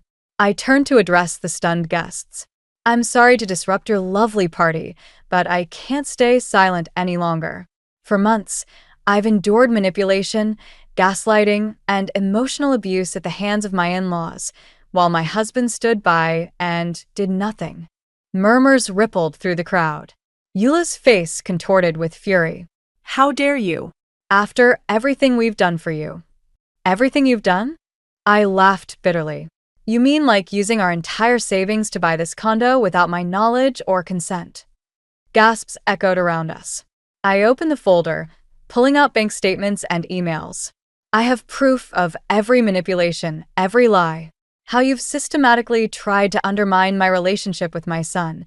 How you've belittled and excluded me at every turn." Gareth finally found his voice. "Stacy, please. This isn't the time or place." "When is the time, Gareth?" I demanded, rounding on him. "When were you planning to stand up for me? For our family?" His face crumpled. I didn't know it was this bad. I thought if we just tried harder." "Tried harder?" Eula screeched. "We've bent over backwards to accommodate this ungrateful." "That's enough, Eula." Henry's voice cut through the chaos. For the first time, I saw a flicker of shame in his eyes. We may have overstepped." Eula whirled on him. "Don't you dare side with her. She's trying to turn our son against us." "No, Mom," Gareth said quietly. "Stacy's right. I've let this go too far." The realization that he was finally standing up to his mother should have been satisfying. But it was too little too late. I turned back to the gathered guests, many of whom looked deeply uncomfortable. "I'm sorry you all had to witness this. But I couldn't let the facade continue. The Whitmans aren't the perfect family they pretend to be. They're manipulative, controlling, and willing to destroy their own son's marriage to maintain their illusion of power." Eula lunged forward, her carefully manicured nails clawing at the folder in my hands. "Give me those." "You have no right." "I have every right," I said firmly, stepping back. "These are copies anyway. The originals are safe with my lawyer." The word lawyer seemed to echo across the lawn. Eula's face drained of color as she realized the implications. One by one, guests began to make their excuses and leave. The Hendersons, Eula's closest friends, couldn't meet her eyes as they hurried past. The carefully cultivated social standing she'd prized so highly was crumbling before her eyes. As the last guests departed, leaving only our fractured family on the lawn, I felt a strange sense of calm wash over me. "Stacy," Gareth pleaded, reaching for my hand. "We can fix this. We can go to counseling, make a fresh start." I gently pulled away. No, Gareth. It's too late for that. "I've already filed for divorce." His face crumpled. But what about Caleb?" "I'm fighting for full custody," I said firmly. "You're welcome to visit, but I won't subject our son to this toxic environment any longer. Eula, who had been uncharacteristically silent, suddenly found her voice. You can't do this. We'll fight you every step of the way. I met her gaze steadily. Go ahead. But remember, I have evidence of every cruel word, every manipulation. Do you really want all of that aired in court? For the first time, I saw fear in Eula's eyes. The realization that her carefully constructed world was falling apart seemed to age her instantly. As I turned to leave, Gareth called out one last time. Stacy, please. I love you. I paused, looking back at the man I'd once built my life around. I loved you too, Gareth. But sometimes love isn't enough. With that, I walked away from the Whitman family, my head held high. The confrontation I dreaded for so long was over, and though the road ahead would be challenging, I felt lighter than I had in years. The storm had broken, and in its wake, I could finally see the promise of clear skies ahead. The pre-dawn light filtered through the curtains as I zipped up the last suitcase. My heart raced, a mixture of fear and exhilaration coursing through my veins. Today was the day. The day I'd reclaim my life and my son's future. A soft knock at the door made me jump. Stacy. Lana's whisper came through. It's time. I took a deep breath, steeling myself. Coming, I whispered back. Caleb stirred in his bed as I approached. Mommy, he mumbled, rubbing his eyes. Hey, sweetie, I said softly, kneeling beside him. Remember our special adventure I told you about? It's time to go. His eyes widened with excitement, thankfully still too young to fully grasp the gravity of the situation. As I helped him dress, I sent up a silent prayer of thanks for his resilience. Lana and Evan were waiting in the hallway, their faces a mix of determination and concern. Everything's ready, Evan whispered, taking one of the suitcases. The car's out back. We moved silently through the condo, each creak of the floorboards sending a jolt of panic through me. As we passed Gareth and Eula's rooms, I held my breath, half expecting Eula to burst out and catch us. But the doors remained closed, and soon we were stepping out into the cool morning air. Freedom was so close I could taste it. As Evan loaded the car, a voice behind us made my blood run cold. Going somewhere? I whirled around to find Gareth standing in the doorway, his face a mask of hurt and confusion. Daddy, Caleb exclaimed, oblivious to the tension. Gareth's eyes darted between us and the packed car. Stacy, what's going on? Where are you taking our son? I stepped forward, placing myself between Gareth and Caleb. We're leaving, Gareth. I told you at the party. I can't do this anymore. His face crumpled.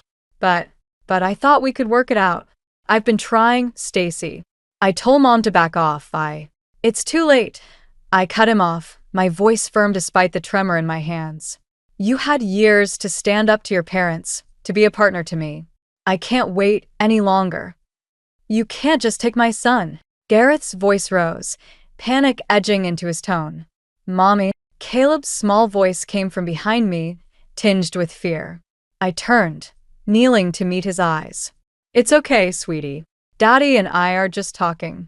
Why don't you go with Aunt Lana to the car? Lana stepped forward, gently guiding Caleb away. As they walked to the car, I faced Gareth again. I'm not taking him away from you, Gareth. You can still be a part of his life. But I won't subject him to your mother's manipulation anymore. Gareth's eyes filled with tears. Please, Stacy. We can fix this. I'll do whatever it takes. For a moment, I felt my resolve waver.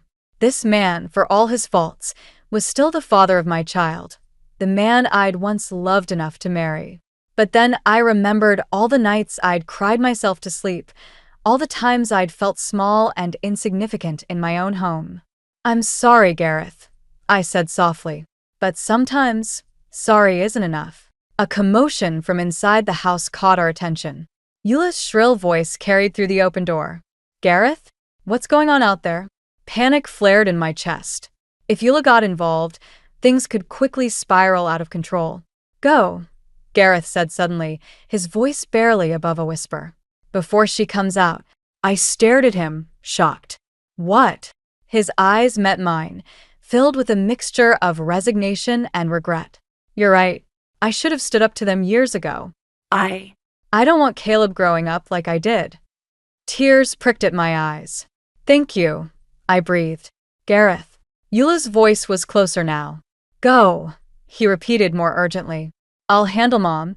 I nodded, turning to run to the car. As I slid into the back seat next to Caleb, I saw Gareth step back into the house, closing the door behind him. Drive, I told Evan, my voice shaky. As we pulled away from the condo, I watched in the rearview mirror as Eula burst out onto the front step, her face contorted with fury.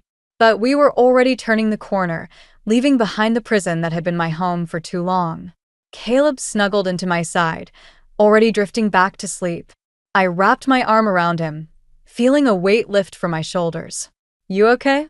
Lana asked softly from the front seat. I took a deep breath, looking out at the brightening sky. For the first time in years, I felt a genuine smile spread across my face. Yeah, I said. I think I am.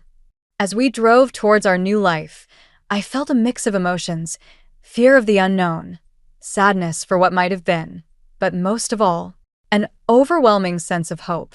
The road ahead wouldn't be easy, but for the first time in a long time, I was excited to see where it would lead. The sun peeked over the horizon, painting the sky in brilliant hues of pink and gold. It was a new day in more ways than one, and I was ready to embrace it, with all its challenges and possibilities. Caleb stirred beside me. Mommy, where are we going? I hugged him close, my heart full of love and determination. We're going on an adventure, sweetie. Just you and me. As we drove into the sunrise, I felt the last chains of my old life fall away.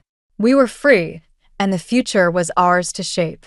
The autumn breeze rustled through the leaves as I watched Caleb chase a soccer ball across the park. His laughter, carefree and unburdened, was music to my ears. It had been 6 months since we'd left the suffocating confines of the Whitman household, and the change in both of us was palpable. He's really thriving, isn't he? Evan's voice came from beside me, warm and supportive as always. I nodded, a smile spreading across my face. It's like he's a different child. No more walking on eggshells, no more tension in the air. Evan's hand found mine, giving it a gentle squeeze. The gesture, once unthinkable in my old life, now felt natural and comforting. Our relationship had blossomed slowly, built on mutual respect and understanding. As we watched Caleb play, my mind drifted to the events of the past few months. The divorce proceedings had been surprisingly smooth, thanks in large part to the mountain of evidence I'd gathered. Gareth, perhaps finally realizing the extent of his parents' manipulation, had agreed to my terms without much fight. Eula, on the other hand, had not gone quietly.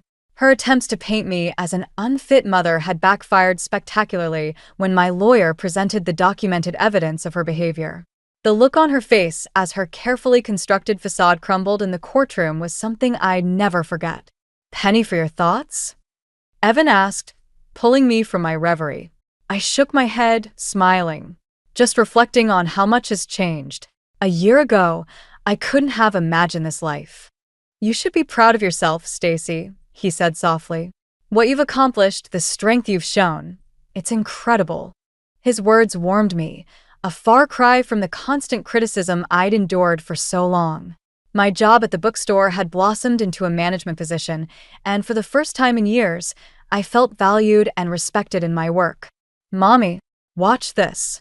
Caleb's excited shout drew our attention. We watched as he executed a wobbly cartwheel, his face beaming with pride.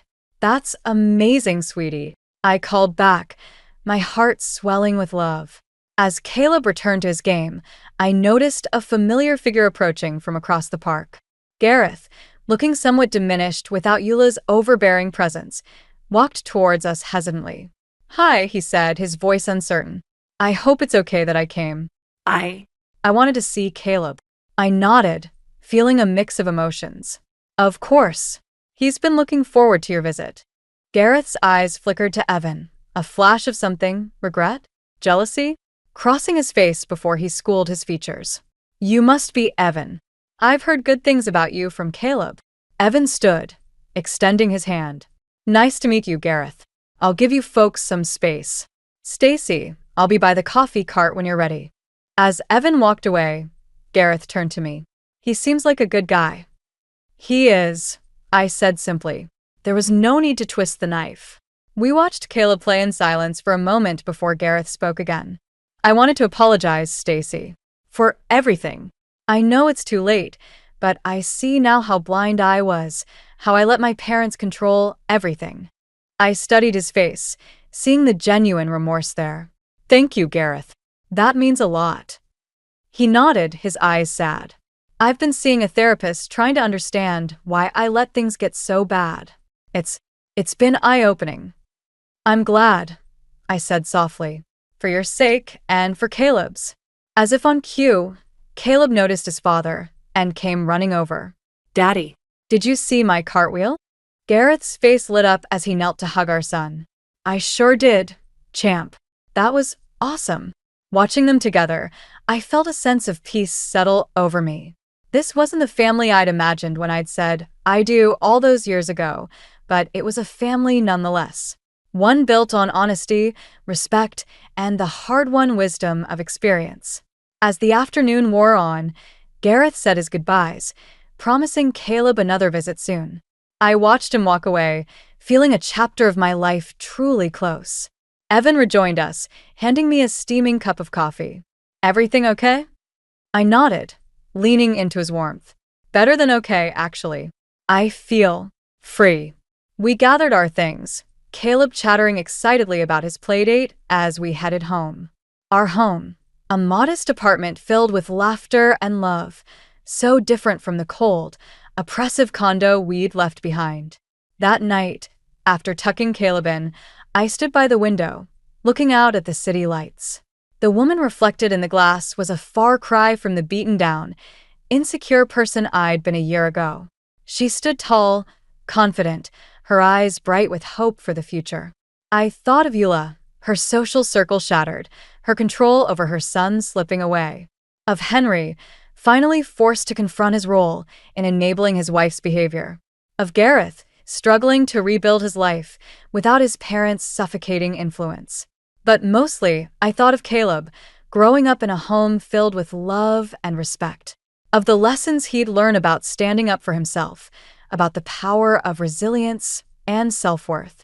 As I turned away from the window, my eyes fell on a framed photo of Caleb and me, laughing at the beach. It was a simple moment, but it captured everything I'd fought for: joy, freedom, and the unbreakable bond between a mother and her child. The journey had been hard, the battles fierce, but standing here now, I knew without a doubt that it had all been worth it. We had our whole lives ahead of us, full of possibilities and free from the shadows of the past. And I was ready to embrace every moment of it. I stood in my bedroom doorway, staring at the pink and yellow walls I'd painted myself last summer. Mom leaned against my desk, arms crossed, wedding ring glinting as she tapped her fingers against her sleeve. The sound of her acrylic nails clicking made my skin crawl. You're almost 18, Lydia. It's time you learn some independence. The eviction notice she'd handed me moments ago crinkled in my grip. The baby isn't due for 6 months. Jasper wants to start the nursery renovation early. She glanced at her perfectly manicured nails, then at her watch. We need you out by Friday. 3 days. She was giving me 3 days to pack up 17 years of my life. I swallowed hard, fighting the tremor in my voice. Where am I supposed to go?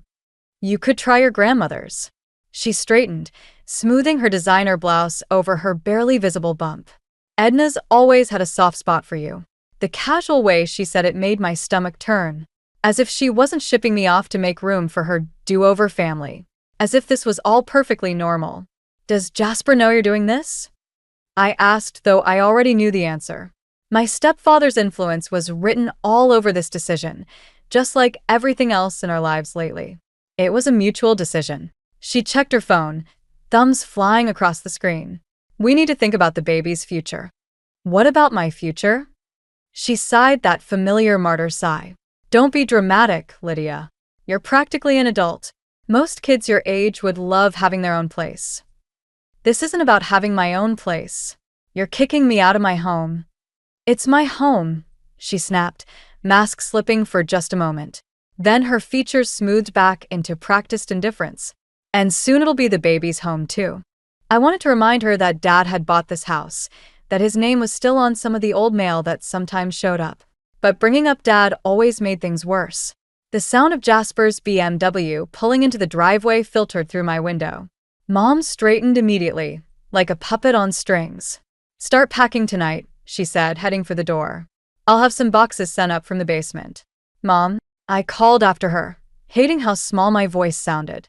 She paused but didn't turn around. "Did you ever actually want me?" The silence stretched between us like a living thing. Finally, she said, "I have a dinner to prepare," and clicked down the hallway in her expensive heels. I sank onto my bed, the eviction notice falling from my numb fingers. On my nightstand, a photo of 7-year-old me smiled gap-toothed at the camera, Dad's arms wrapped around me as we sat on our old porch swing. He'd died 2 months after that picture was taken. "Car accident," Mom had said. No details, no funeral I could remember. My phone buzzed with a text from Grandma Edna. "Coming over tomorrow morning. Don't let her see you cry, sweetheart." I blinked, wondering how she already knew. But then, Edna always seemed to know when things were falling apart. She'd been there after Dad died, after Mom married Jasper, after every small betrayal that led to this moment. From downstairs came the sound of Mom's theatrical greeting, Jasper's deep laugh, their perfect little family performance. I pulled my suitcase from under the bed and unzipped it, the sound like a promise of escape. 3 days to pack up my life. 3 days until everything changed.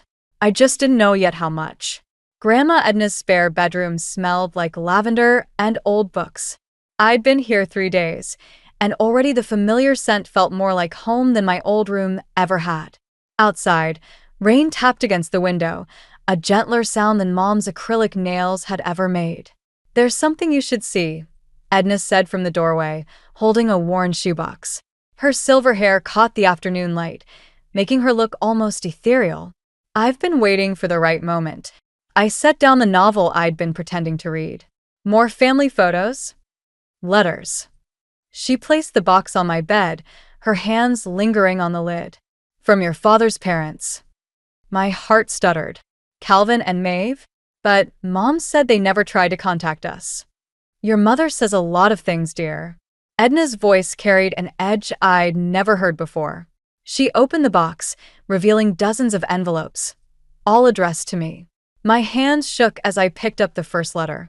The postmark was from 10 years ago. She kept these from me?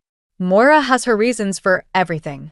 Edna sat beside me, the bed creaking softly, though they're rarely good ones. I pulled out the letter, unfolding crisp paper that smelled like time and secrets. The handwriting was elegant, careful. "Dearest Lydia, we hope this letter finds you well. Your grandfather Calvin and I miss you terribly. The house feels empty without your laughter echoing through it. They wanted to see me?" My voice cracked. All this time, Edna's hand found mine. "They tried visiting once, about a year after James died. Moira turned them away. Said it would be too confusing for you." I rifled through more letters, dates spanning years. Birthday cards. Christmas wishes. Photos of grandparents I barely remembered, standing in front of a beautiful Victorian house. "There's more," Edna said quietly, reaching into the box's bottom. She withdrew a sealed envelope, yellowed with age. My father's handwriting sprawled across the front. "For Lydia, when she's ready." The room suddenly felt too small, too warm. When did he write this? A week before the accident. Edna's eyes held something heavy, something that made my stomach clench. James knew something wasn't right. He tried telling me, but I didn't listen carefully enough. Before I could respond, my phone buzzed. Mom's name flashed on the screen, along with a text. "The nursery contractor needs measurements. Come get the rest of your things tomorrow." I switched the phone off, my attention drawn back to Dad's letter. The seal crackled as I opened it, releasing a scent that brought back fragments of memory, his cologne, his laugh, the way he'd spin me around in the backyard. "My dearest Lydia," the letter began. If you're reading this, something has happened to me. There are things you need to know about your mother, about our family's legacy. A car door slammed outside. Through the window, I glimpsed a familiar BMW pulling into Edna's driveway. Jasper, I whispered, quickly folding the letter. What's he doing here? Edna moved to the window, her expression hardening. He's with your mother, and they're carrying paperwork. I stuffed the letters back into the box, sliding it under my bed. Whatever truth lay in my father's words would have to wait. Should we let them in? I asked, but Edna was already heading downstairs, her spine straight as steel. Oh, we'll let them in, she said, and something in her tone made me shiver. It's time they learned that some secrets refuse to stay buried. Through the window, I watched Mom straighten her designer coat, clutching a manila envelope like a shield. Whatever game she was playing, she'd forgotten one crucial detail. I wasn't just her daughter anymore. I was James Ashford's daughter too, and I was finally ready to find out what that meant. The doorbell chimed just as I finished reading Dad's letter for the 4th time. Through Edna's lace curtains, I watched an unfamiliar silver Mercedes pull into the driveway behind Mom and Jasper's BMW. 2 elderly figures emerged, and my heart stopped. Calvin and Maeve Ashford had my father's eyes. Perfect timing, Edna murmured, straightening her cardigan. Shall we? Downstairs, Mom's voice carried through the foyer, sharp with false cheerfulness. Really, Mother, this isn't necessary. We just need Lydia to sign these. The house belongs to her. Calvin's deep voice cut through Mom's protests. Always has. The manila envelope in Mom's hands trembled. I don't know what you think you're doing here, but we're here, Maeve said, because James left everything to his daughter. The house, the trust fund, everything. I gripped the banister, my knees weak. Trust fund? Jasper stepped forward, all polished shoes and practiced charm. There must be some mistake. Moira has managed the estate. Managed it right into your pocket, I expect. Edna's voice could have frozen hell. Did you think no one was watching? Lydia, Mom called up the stairs, spotting me. Come down, sweetheart. These people are confused. These people, I said, descending slowly, are my grandparents. The ones you said never wanted to see me. The room fell silent. Calvin and Maeve stared up at me, their faces a map of emotions I couldn't quite read. Grief. Joy. Anger. You look just like him, Maeve whispered. Mom's makeup couldn't hide her pallor. This is ridiculous. Jasper and I are selling the house. We need the money for what? Calvin pulled a folder from his briefcase. The gambling debts? The credit cards? Or maybe the money you've been siphoning from Lydia's college fund. Jasper's charm cracked. Now wait just a minute. We have the bank records, Maeve said quietly. All of them. James may have trusted you with his daughter's future, Moira, but we've been watching and documenting. My head spun. The house was mine? There had been money for college? I thought of all the times Mom had said we couldn't afford new clothes, school trips, basic necessities. All while she wore designer labels and Jasper drove luxury cars. You had no right, Mom hissed at Edna, calling them here.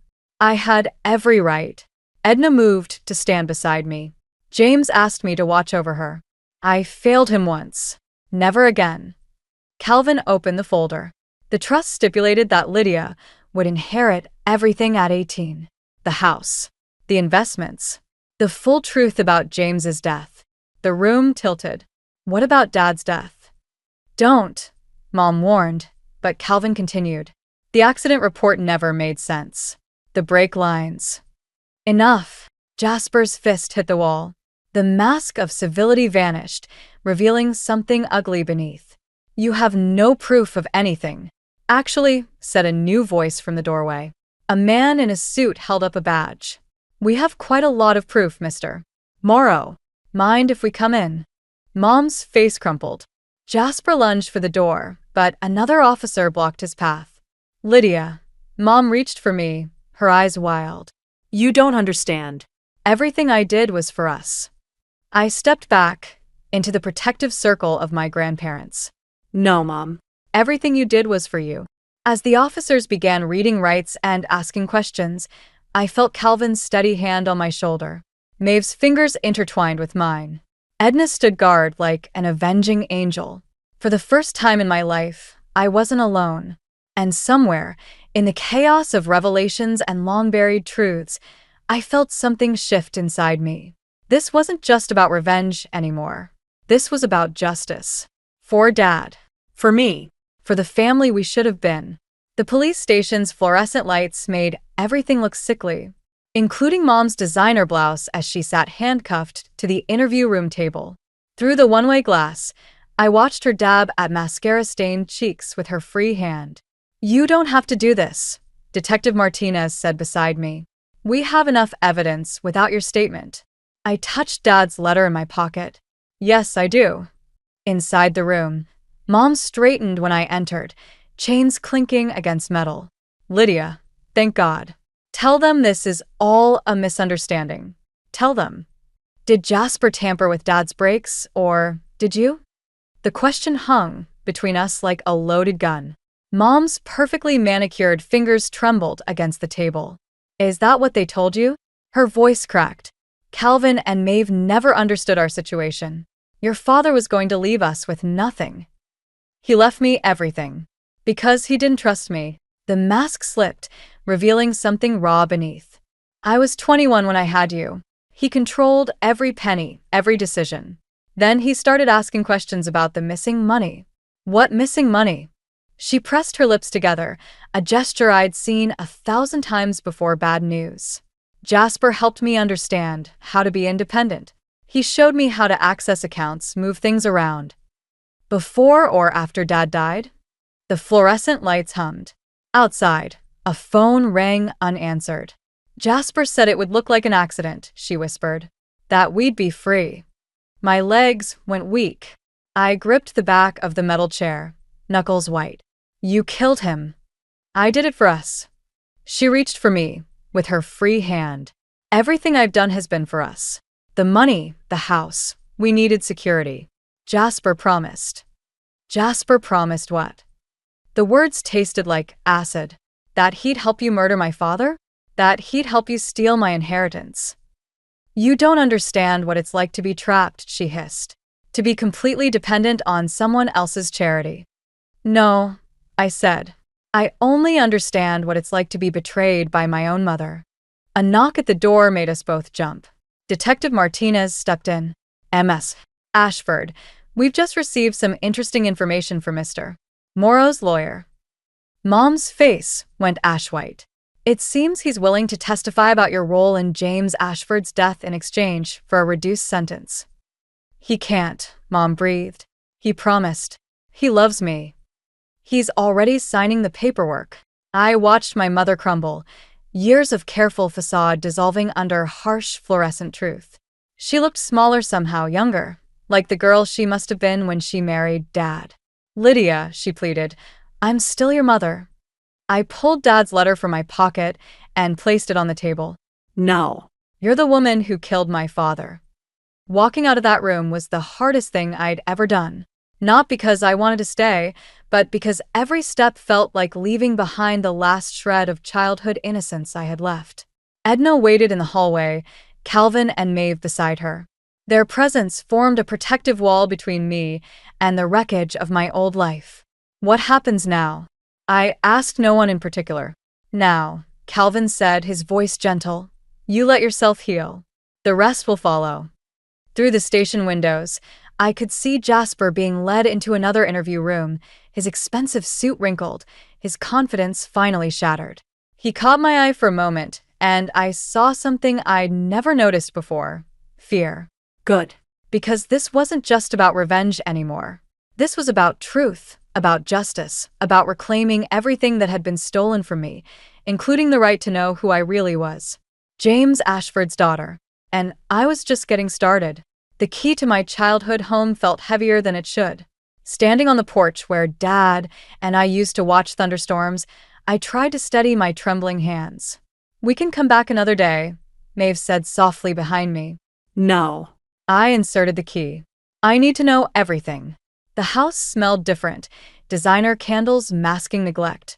Photos of Mom and Jasper's perfect life lined the walls where Dad's face used to be. In the living room, moving boxes sat half-packed, their contents hastily abandoned after the arrests. "Your father's study is upstairs," Calvin said. Moira never changed the locks. My feet carried me up familiar stairs, past the nursery to be with its fresh paint samples. The study door stuck slightly, just like it always had. Inside, time stood still. Dad's leather chair, his books, even his coffee mug, all preserved like a museum to what we'd lost. "They never touched this room," I whispered. "Too many secrets," Calvin replied, running his finger along a dusty shelf. "James kept everything here."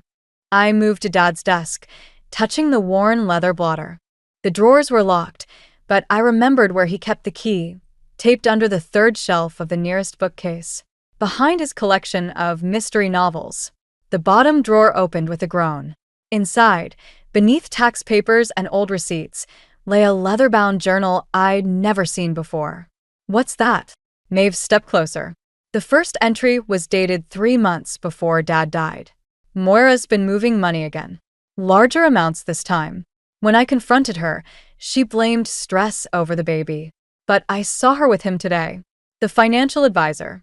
"Something isn't right." My hands shook as I flipped through pages, each entry more desperate than the last. Dad had known. He'd been gathering evidence, planning to confront them. The final entry stopped mid-sentence. A creak in the hallway made us all turn. Edna stood in the doorway, holding a manila envelope. "The police found this in Jasper's office safe. You need to see it."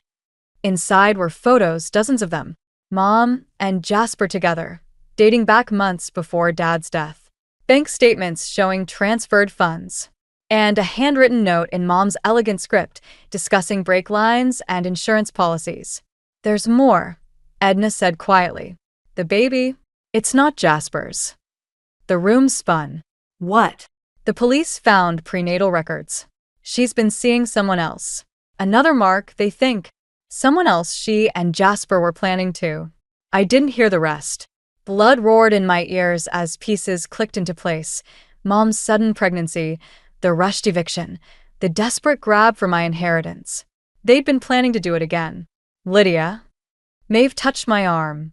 I shrugged her off, moving to the window. Outside, spring flowers Dad had planted bloomed in neat rows, oblivious to the rot beneath the surface. "I want to see her," I said. The police advised against. "I need to know why." My reflection in the window looked older, harder. "I need to hear her say it. She'll try to manipulate you," Calvin warned. "Like she always has." "I know." I clutched Dad's journal to my chest. "But this time I have the truth." Behind me, my grandparents exchanged worried looks. Edna stepped forward, determination in her stance. "Then we do this right," she said. "We show her exactly who you've become. Not just James's daughter, but your own person. Someone stronger than her lies." The journal's leather was warm against my heart, like Dad's embrace used to be. In my mind, I could almost hear his voice. "The truth always comes out, Lydia Bug. Always." Tomorrow, I would face my mother one last time. Not for revenge anymore, but for something more important. Justice. For Dad. For the life she stole. For the person I was meant to be. And this time, I wouldn't be the one breaking. The prison visiting room smelled like industrial cleaner and despair. Mom sat across from me in her orange jumpsuit, hands folded neatly, as if we were having tea in our living room. The bruise-like circles under her eyes were the only crack in her perfect mask. "I hear congratulations are in order," she said, gesturing to the manila envelope I'd brought. "You've inherited quite a fortune. Did you know Dad suspected you?" I placed his journal on the table between us. He wrote everything down. Her fingers twitched. James was paranoid near the end, imagining conspiracies. "Like you and Jasper planning his murder?" A guard shifted nearby, watching us carefully. Mom's mask slipped for just a moment, revealing something dark underneath. "Jasper's lying to save himself," she said. "You can't believe." I found the prenatal records. The words felt like glass in my throat. The baby isn't his, is it? Just another mark, another target. She leaned forward, voice dropping. Everything I did was for us. To secure our future. James would have left us with nothing. He left me everything. I pushed Dad's journal closer. The house. The trust fund. Everything you and Jasper stole. We borrowed, she corrected. Temporarily. Once the new plan worked out. The new plan? My laugh sounded hollow. You mean your new victim? The baby's father? Something shifted in her eyes. Not guilt, but calculation. You don't understand what it's like to be trapped, Lydia. To have nothing of your own. You're right. I opened the journal to the last entry.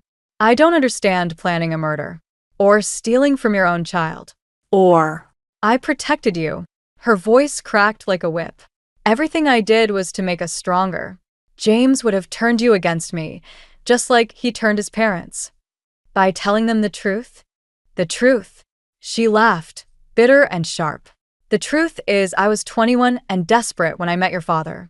The truth is he controlled everything, the money, the house, our lives. The truth is I refused to let that happen to you. So you killed him instead? Her silence was answer enough. And now? I pressed. What was the plan for your new mark? The same accident? The same insurance payout? She straightened, smoothing her jumpsuit like it was designer silk. You're more like me than you think, Lydia. That fire, that determination, you didn't get that from James. I'm nothing like you. no. Her smile was razor sharp. Then why are you here? Seeking answers, demanding justice. It's all about control, isn't it? Just like me. The room tilted sideways. I gripped the table edge, fighting nausea. The difference is, she continued, I was willing to do whatever it took. You're still playing by their rules, being the good girl, just like James wanted. Stop. You want to know the real truth? She leaned closer, voice soft as a snake's hiss.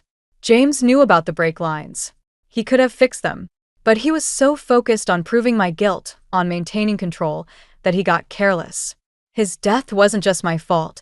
It was his own pride that killed him. The guard stepped forward. Time's up. I stood on shaking legs, gathering Dad's journal. Mom caught my wrist, her grip surprisingly strong. You can hate me all you want, she said. But remember, you're my daughter too. That darkness you're feeling? That need for revenge? That's my gift to you. I yanked free, nearly running from the room. Outside, Edna waited in the parking lot, but I couldn't face her. Not yet. Not with Mom's words echoing in my head. Not with this poison in my veins. Because the worst part wasn't that she'd killed Dad, or stolen my inheritance, or planned to do it all again. The worst part was that deep down, in places I didn't want to examine, I understood exactly how she'd done it. And that terrified me more than anything else. The attic in Edna's house had always been my refuge. Even as a child, I'd hide here among dusty trunks and forgotten memories when Mom's moods turned dark. Now, sorting through old boxes to distract myself from yesterday's prison visit, I found something that made my hands freeze. A shoebox, newer than the rest, with Jasper's precise handwriting. Moira, personal. Inside lay a stack of letters, each one a piece of the puzzle I hadn't known I was missing. The first was dated just after Dad's death. My dearest Moira, everything is proceeding as planned. The insurance company suspects nothing. Once the money clears, we can begin our life together. My throat tightened as I read on. Each letter revealed more of Jasper's manipulation, how he'd found Mom when she was young and desperate, how he'd orchestrated everything from Dad's murder to the theft of my inheritance. The final letter, dated just weeks ago, made bile rise in my throat. The new mark is perfect. Once he signs the papers, we'll handle him just like James. But first, we need to deal with Lydia. She's becoming a liability. I thought I might find you here. I whirled around. Edna stood in the attic doorway, holding a familiar manila envelope. There's something you need to see, she said, joining me on the dusty floor. The police found this in Jasper's office safe this morning. Inside were photos, dozens of them. Not just of Mom and Jasper, but other women. Other marks. Other victims. He's done this before, I whispered. 3 times. Edna's voice was steel. Your mother was his 4th target, but she was different. She had you. And that made her useful. The pieces clicked into place. A grieving widow with a young daughter would look more sympathetic to insurance companies. Jasper's facing multiple murder charges now. Edna touched my hand. Moira, she's agreed to testify against him. I stared at the letters, at the evidence of years of manipulation.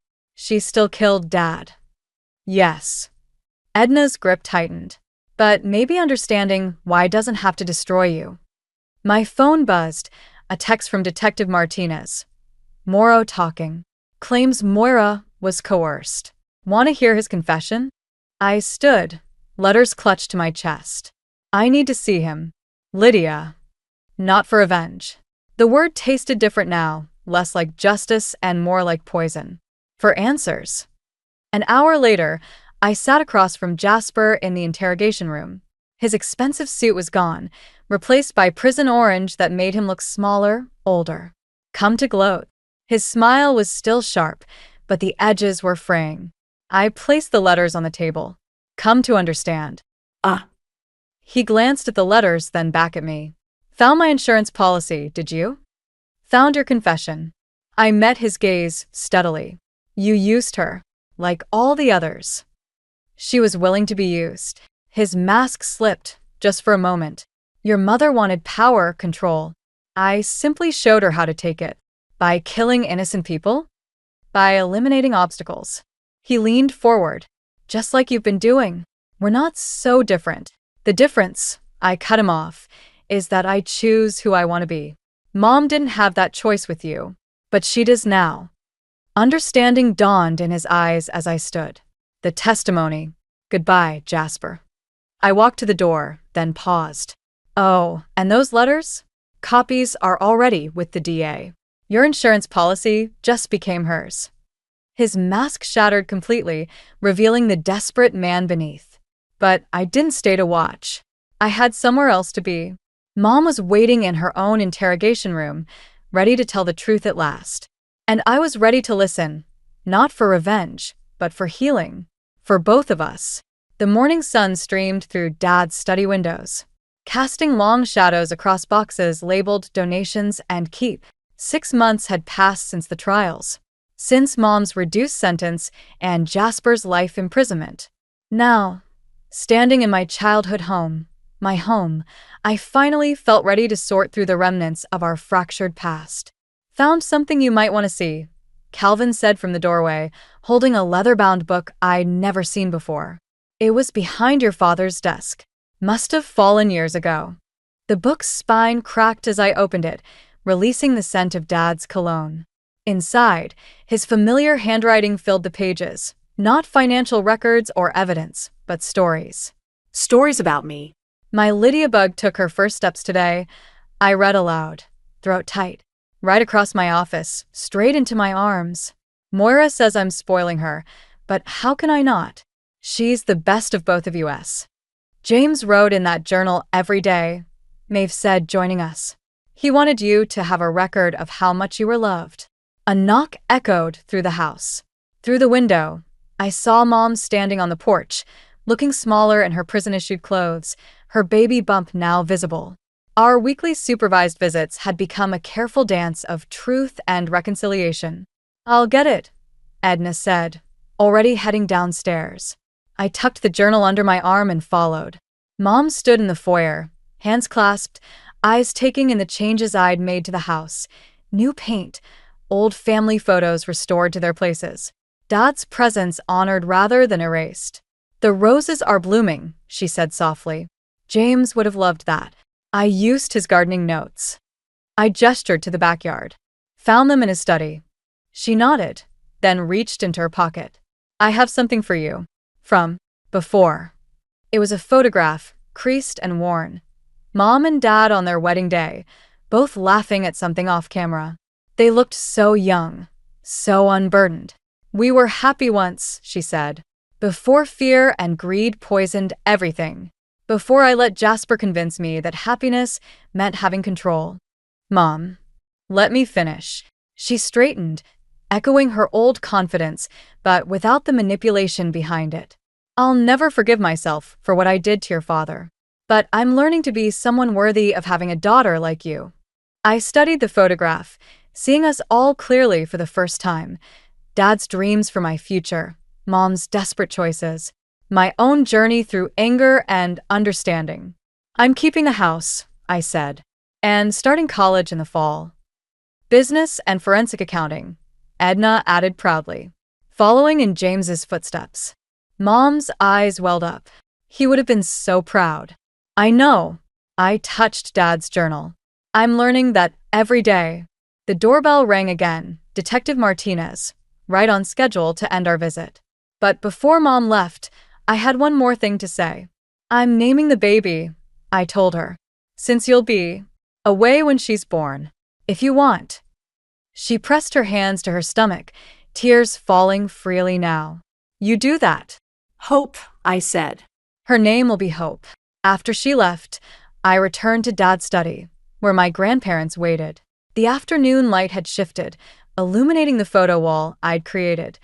Dad and me on the porch swing, Calvin and Maeve at my graduation, Edna teaching me to bake, and now this wedding photo, a reminder of how love and darkness could exist in the same heart. I opened Dad's journal to its final pages, expecting another end. Instead, I found a beginning. My dearest Lydia, whatever happens, remember this. Your heart is your own. Not a legacy of pain or pride, but a choice you make every day. Choose love. Choose healing. Choose hope. Always. Dad. And finally, I understood. This wasn't just a story about revenge or justice. It was about choosing who we become, one truth at a time. The letter trembled in my hands, its yellowed edges worn soft from years of being hidden away.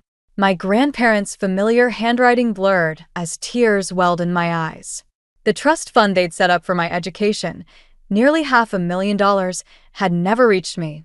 Instead, I'd spent the last 2 years working at my parents' porcelain factory, my dreams of art school gathering dust like the china we sold. I heard the click of my mother's heels on the hardwood floor before she appeared in the doorway of her home office. Lila, what are you doing in here? Looking for the truth, I said, holding up the letter. How long were you planning to keep this from me? Her perfectly painted lips tightened. You shouldn't be going through private papers. Private? This letter was addressed to me. My voice cracked. From Grandma and Grandpa Harper. Before they died. She crossed the room in 3 quick strides, reaching for the paper. I pulled it away, backing up against the mahogany desk.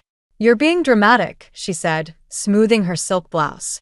Your father and I made the best decision for the family. The business needed. The business. I laughed, but it came out hollow. You mean the business that Desmond gets to run while I inventory teacups? Your brother has been groomed for that position since he was born with the right chromosomes? The sharp crack of her palm hitting the desk made me jump. That's enough. We gave you a position suited to your capabilities. You should be grateful. My father's heavy footsteps approached. What's all this commotion? She found the Harper letter, my mother said, her voice tight. He paused in the doorway, his face darkening. I see. Did you think I'd never find out? I asked. That I'd just keep playing the good daughter forever? We did what was necessary, he said. The company was struggling. That money saved jobs, including yours. It wasn't yours to take. The words burst out of me. You stole my future. We secured your future, my mother snapped. This ridiculous dream of becoming an artist. We protected you from yourself. I looked between them. These strangers wearing my parents' faces. Protected me? You betrayed me. Both of you. That's enough, my father growled. You will not speak to us this way.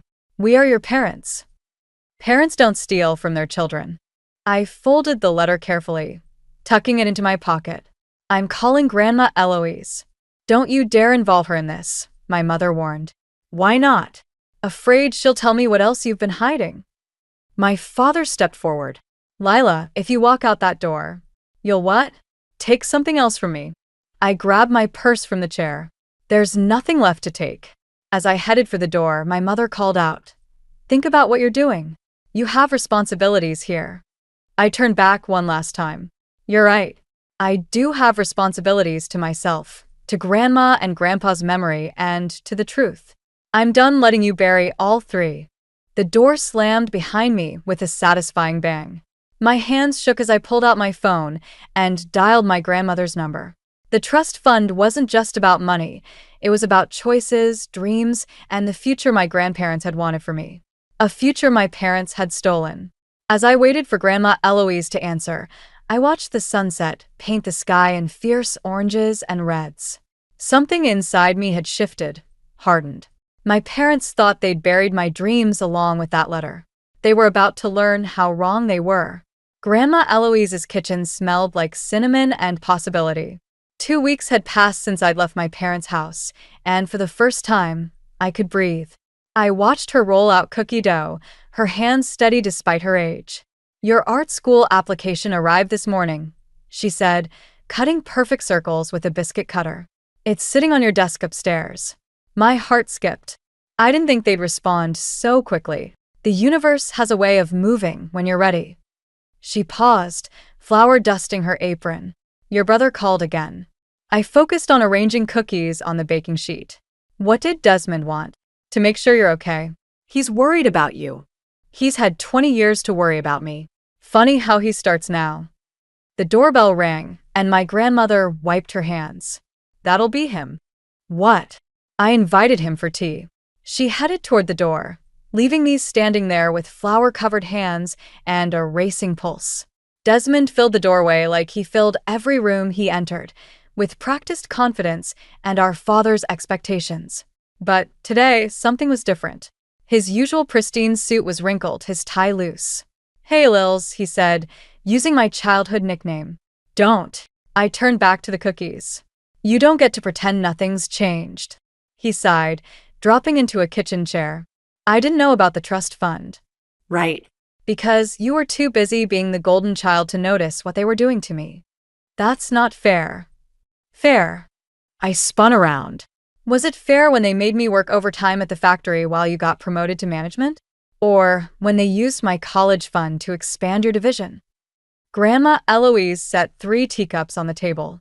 Perhaps we should all sit down. I can't stay long, Desmond said. Dad's called an emergency board meeting. Of course he has. I laughed bitterly. Let me guess, they're restructuring my department? His silence was answer enough.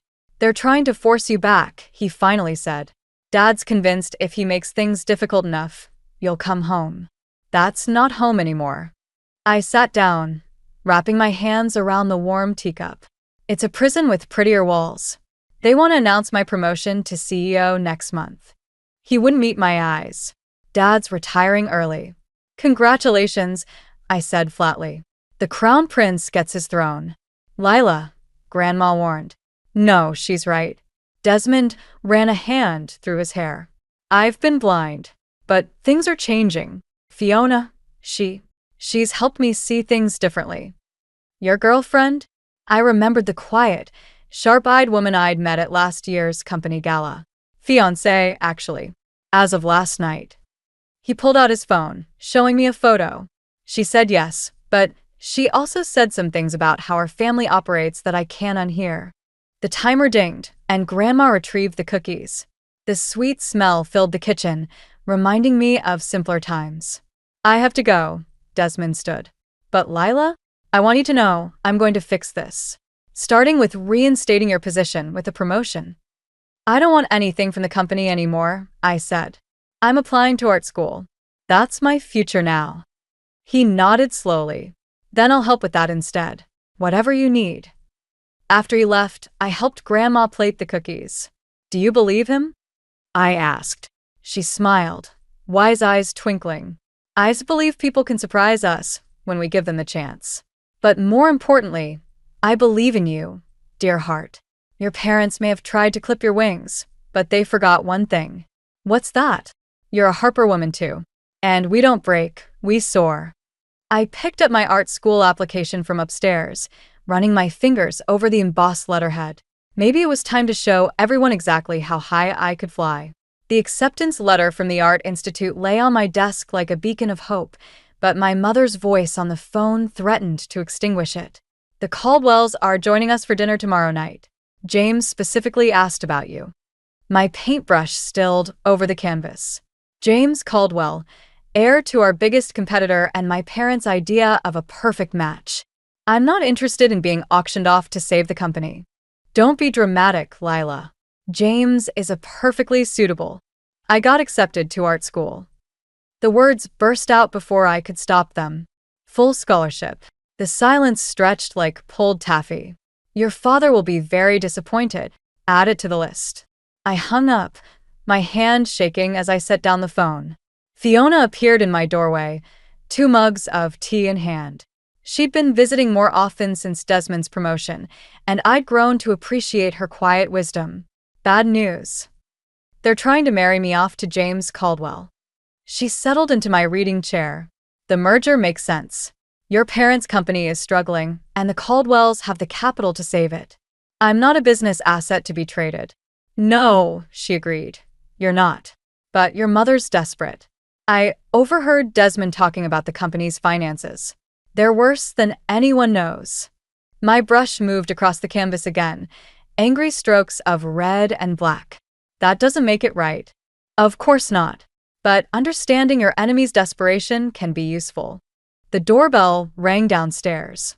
Grandma's voice floated up, followed by familiar footsteps. My father appeared in the doorway, his presence filling the room like smoke. "Hello, Fiona," he said coolly. "Would you give us a moment?" She squeezed my shoulder as she left, a silent show of support. The Art Institute. He held up my acceptance letter. This was delivered to the house. You open my mail? We're still your parents, regardless of your current situation. He placed the letter on my desk. This ends now. You'll come to dinner tomorrow, meet James properly, and we'll discuss your future with the company. I turned to face him fully. No. This isn't a request. You're right, it's not. It's my life, my choice, and I choose art school. His face hardened. If you persist with this rebellion, there will be consequences.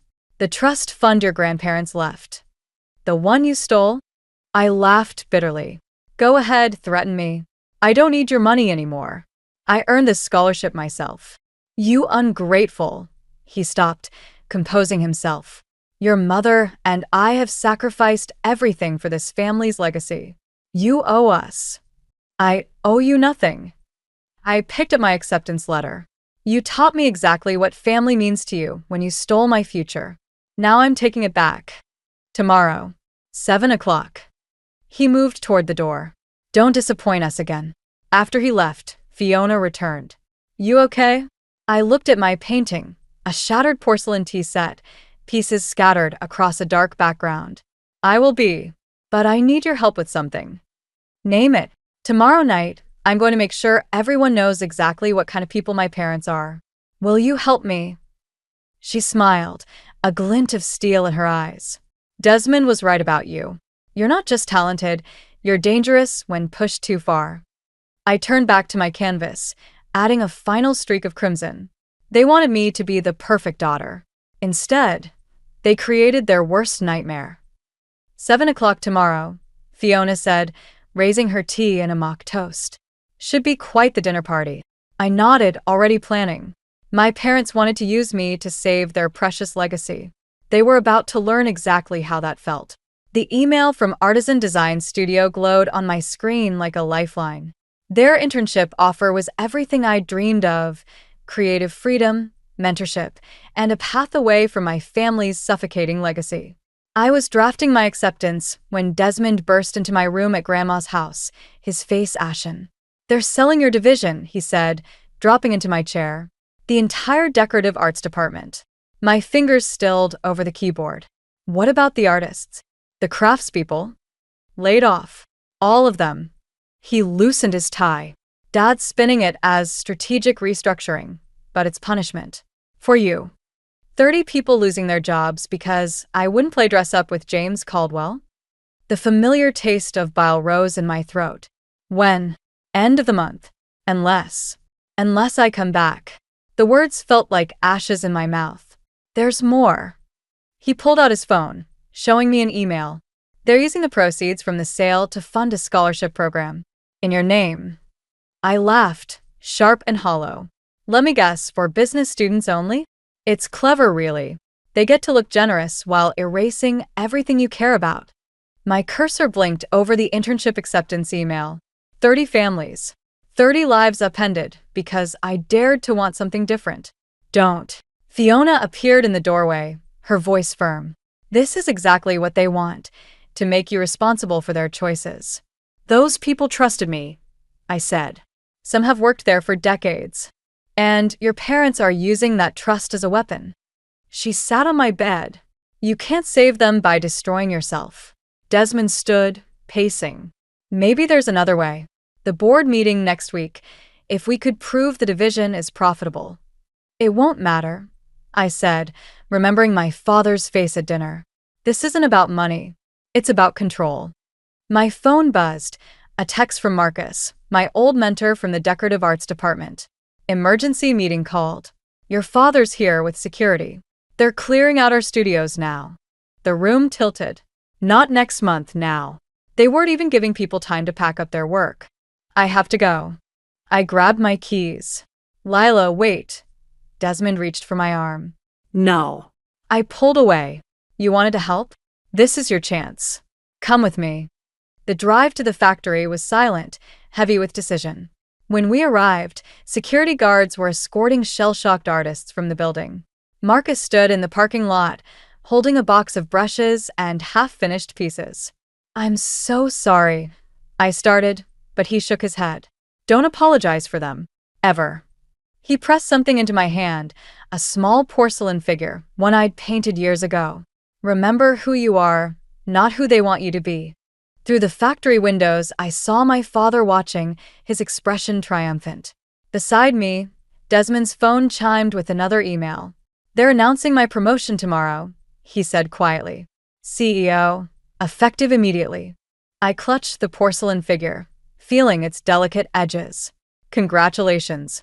The crown prince gets his reward for staying silent. Lila. No. I turned to face him. You have to choose, Desmond. Right now. Are you their son, or are you my brother? He looked between me and the factory, 24 years of conditioning warring with conscience. Finally, he pulled out his phone and dialed. Father? About tomorrow's announcement. We need to talk. I opened my laptop in the car, my hands steady as I clicked send on my internship acceptance. Some things, once broken, can't be fixed, but they can be remade into something stronger. Something truer. Just like porcelain in fire. My first gallery showing should have been a triumph. Instead, I stood in the corner of Artisan Design Studio's exhibition space, watching my mother charm potential buyers while my father worked the room. They'd arrived uninvited, armed with social connections and practiced smiles. Your technique is remarkable, a curator said, studying my centerpiece, a shattered porcelain vase, its pieces suspended in resin. Each fragment painted with scenes from my family's factory. The juxtaposition of destruction and preservation is quite powerful. Thank you, I started, but my mother materialized beside us. Lila learned everything at our family's company, she said smoothly. The merit legacy of fine porcelain spans generations. The curator's eyes lit with recognition.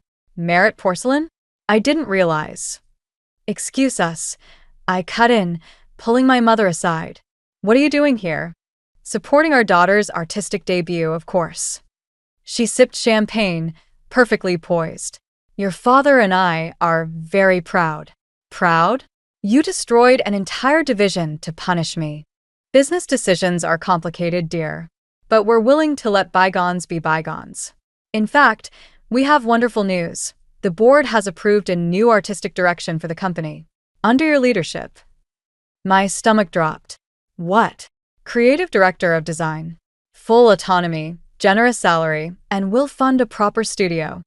Her smile was razor sharp. All those artists you're so concerned about? You could rehire them. Before I could respond, Desmond appeared, Fiona beside him. Don't do it, Lils. There's something you need to see. He handed me his phone. On the screen was a contract. My parents had already registered trademarks for my artistic signature, my exhibition titles, even the distinctive style I developed at Artisan. They filed these last week, Fiona said quietly. If you take their offer, everything you create will belong to Merit Porcelain. Insurance, my father said, joining us. The company must protect its investments. I looked around the gallery, at my work, my vision, my truth laid bare on these walls. You're not here to support me. You're here to own me. We're here to bring you home, my mother corrected. Where you belong. Those artists trusted me, I said. Their families can be provided for, my father finished. Under the right circumstances. The curator approached again, but stopped short, sensing the tension. Other guests were starting to notice, conversations dying as they watched our family drama unfold. Time to decide, Lila, my father said. Family or fantasy? I walked to my centerpiece, touching the smooth resin surface. Inside, the broken porcelain told stories of tradition twisted into control, of beauty born from destruction, of truth hidden in plain sight. You know what I realized? I said, turning to face them. You never wanted me to succeed. You wanted me to need you. Don't be ridiculous. But I don't. And I can prove it. I pulled out my phone, dialing Marcus's number on speaker. It's time. We're ready, he answered. All of us. My mother's champagne glass rose halfway to her lips. What's this? Remember those artists you fired? They're opening their own studio. With me. I smiled, feeling lighter than I had in months. Turns out talent doesn't need your name attached to it. You can't, my father started. Actually, I can. And one more thing. I nodded to Desmond, who stepped forward. I resign as CEO, he announced. Effective immediately. The gallery erupted in whispers. My mother's perfect mask cracked, just slightly. You ungrateful. No. I cut her off. We're not ungrateful. We're free. I walked away from my shattered vase, leaving my parents standing beside the pieces of their carefully constructed control. Sometimes I realized the most powerful art isn't what you create. It's what you refuse to let others destroy. The engagement party invitation felt like a loaded gun in my hands. Desmond and Fiona's names were embossed in gold, but my parents' fingerprints were all over it. The venue, our family's estate. The date, exactly 1 month after they'd shut down my artist studio before it could even open. You don't have to go, Grandma Eloise said, watching me from her kitchen doorway. Actually, I do. I showed her the newspaper clipping Fiona had secretly sent me. Tomorrow's announcement. Merit Porcelain to establish charitable foundation using recovered trust fund assets. My trust fund. The one they'd stolen twice now. They're going to announce it at the party, I said. Use my money to make themselves look generous while my artists struggle to pay rent. The doorbell rang. Marcus stood outside, looking older than he had a month ago. They served us cease and desist letters this morning. Your father's lawyers say we can't use any techniques learned at Merit Porcelain. That's ridiculous. It's effective. He handed me the legal documents. No one can afford to fight this. We're done, Lila. I watched him walk away, shoulders bent under the weight of another dream destroyed. My phone buzzed. Desmond. Tell me you're not involved in this, I answered. I tried to stop them, he said. But they're using the engagement party to announce the foundation. Everyone who matters will be there. Including the artists they destroyed? His silence was answer enough. I'll be there, I said. But not for the reasons they expect. The night of the party, I arrived early, slipping into my father's study through the garden entrance. The foundation paperwork lay on his desk, everything documented, legally bulletproof. They'd learned from their first theft. Looking for something? I spun around. My mother stood in the doorway, elegant in midnight blue. How long have you been planning this? I asked. Since you tried to start that ridiculous studio. She stepped closer. Did you really think we'd let you destroy generations of tradition with your artistic rebellion? Those people trusted me. Those people were beneath you. We simply helped you remember your place. She smiled, cold and precise. The foundation announcement will fix everything. The press will love it. The prodigal daughter's inheritance used to benefit the community. It's not yours to use. No. She pulled out her phone, showing me photos, my artists accepting checks, signing documents. Amazing what people will agree to when they're desperate. They've all signed away their rights. Your little revolution is over. The room spun. Every move I'd made, they'd countered. Every person I'd tried to help, they'd bought or broken. Face it, darling, she said, straightening my collar with false tenderness. You can't beat us at this game. We invented it. Voices drifted up from the garden. Guests arriving. Champagne flowing. Soon they'd all gather to celebrate love and generosity, never seeing the strings controlling every moment. The announcement is in 30 minutes, my mother said. Be there. Smile. Show everyone what a united family we are. She paused at the door. Oh, and Lila? That art school acceptance you're so proud of? Board members' children get priority. Shame about next semester's funding cuts. She left me standing in my father's study, surrounded by evidence of their perfect plan. They'd taken everything, my inheritance, my artists, my future. Even Desmond's engagement had become another weapon in their arsenal. I picked up a crystal paperweight from my father's desk, feeling its familiar weight. One throw could shatter the window, crack their perfect facade. But that's what they expected: rage, rebellion, something they could control. Maybe it was time to play a different game entirely. The engagement parties sparkled with calculated perfection. Crystal glasses clinked, society photographers circled, and my mother presided over it all like a queen at court. I watched from the garden's edge as my father took the stage, tapping his glass for attention. Before we celebrate Desmond and Fiona's union, he began, we have another announcement. Fiona caught my eye across the crowd, giving a slight nod. My phone buzzed a message from Marcus. We're here. Merit Porcelain has always believed in giving back, my father continued. Today, we're proud to announce the establishment of the Lila Merit Foundation for the Arts. Gasps and applause rippled through the crowd. I stepped forward, my voice cutting through the noise. How generous of you to give away something that isn't yours. The applause stuttered to silence. Lila, my mother warned, but I was already moving toward the stage. Tell them, I said. Tell them where the money really came from. This isn't the time. It's exactly the time.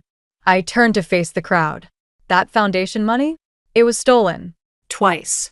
First from my grandparents' trust fund, then from the artists they forced out of work. My father gripped the microphone. Security. Won't be necessary. Marcus emerged from the shadows, followed by dozens of others, my artists, each carrying their work. They lined the garden paths, silent testimonies to what had been destroyed. What is this? My mother hissed. This is your legacy, I said. Not porcelain. People. Desmond stepped forward, Fiona beside him. She's right. I've seen the documents, the real ones. Everything they're announcing tonight was built on theft. You ungrateful. My father started, but Desmond cut him off. No, Dad. We're not the ungrateful ones. He pulled out a folder. These are my resignation papers.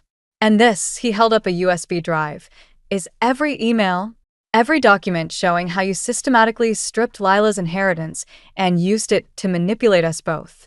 The crowd murmured. Phones appeared, recording everything.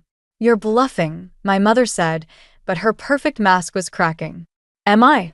I nodded to Marcus, who projected images onto the garden wall. Emails, contracts, bank transfers.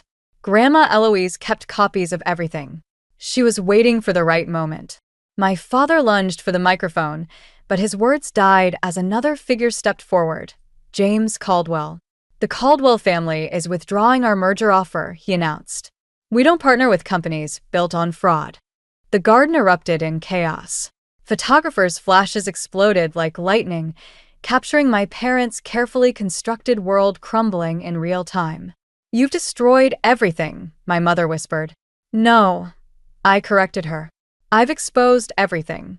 There's a difference. Desmond took the stage. The engagement party is over, but something else is beginning. He turned to the artists. My first act as former CEO is to transfer the commercial rights of Merit Porcelain's traditional designs to their original creators. Effective immediately. My father's face went purple. You can't.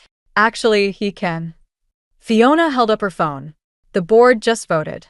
They're not interested in a scandal. I walked to Marcus, taking a piece of his work, a delicate tea set painted with scenes of rebellion hidden in classical designs. This is what real legacy looks like. Not control. Not manipulation. Art. The guests began to leave, their whispers building into a storm that would reshape everything. My parents stood frozen on their perfect stage, finally understanding what they'd lost. Come on, Desmond said, putting an arm around me. Let's go home. Home. He smiled. Grandma's making tea. We left our parents in their empty garden, surrounded by the ruins of their empire. Sometimes I realized the greatest revenge isn't destruction. It's creation. 1 year later, I stood in the renovated warehouse that had become Harper and Merit Studios, watching Marcus teach a pottery class to aspiring artists. Sunlight streamed through the industrial windows, catching on the dust motes and making them dance like stars. Your grandfather would have loved this, Grandma Eloise said, joining me at the observation window.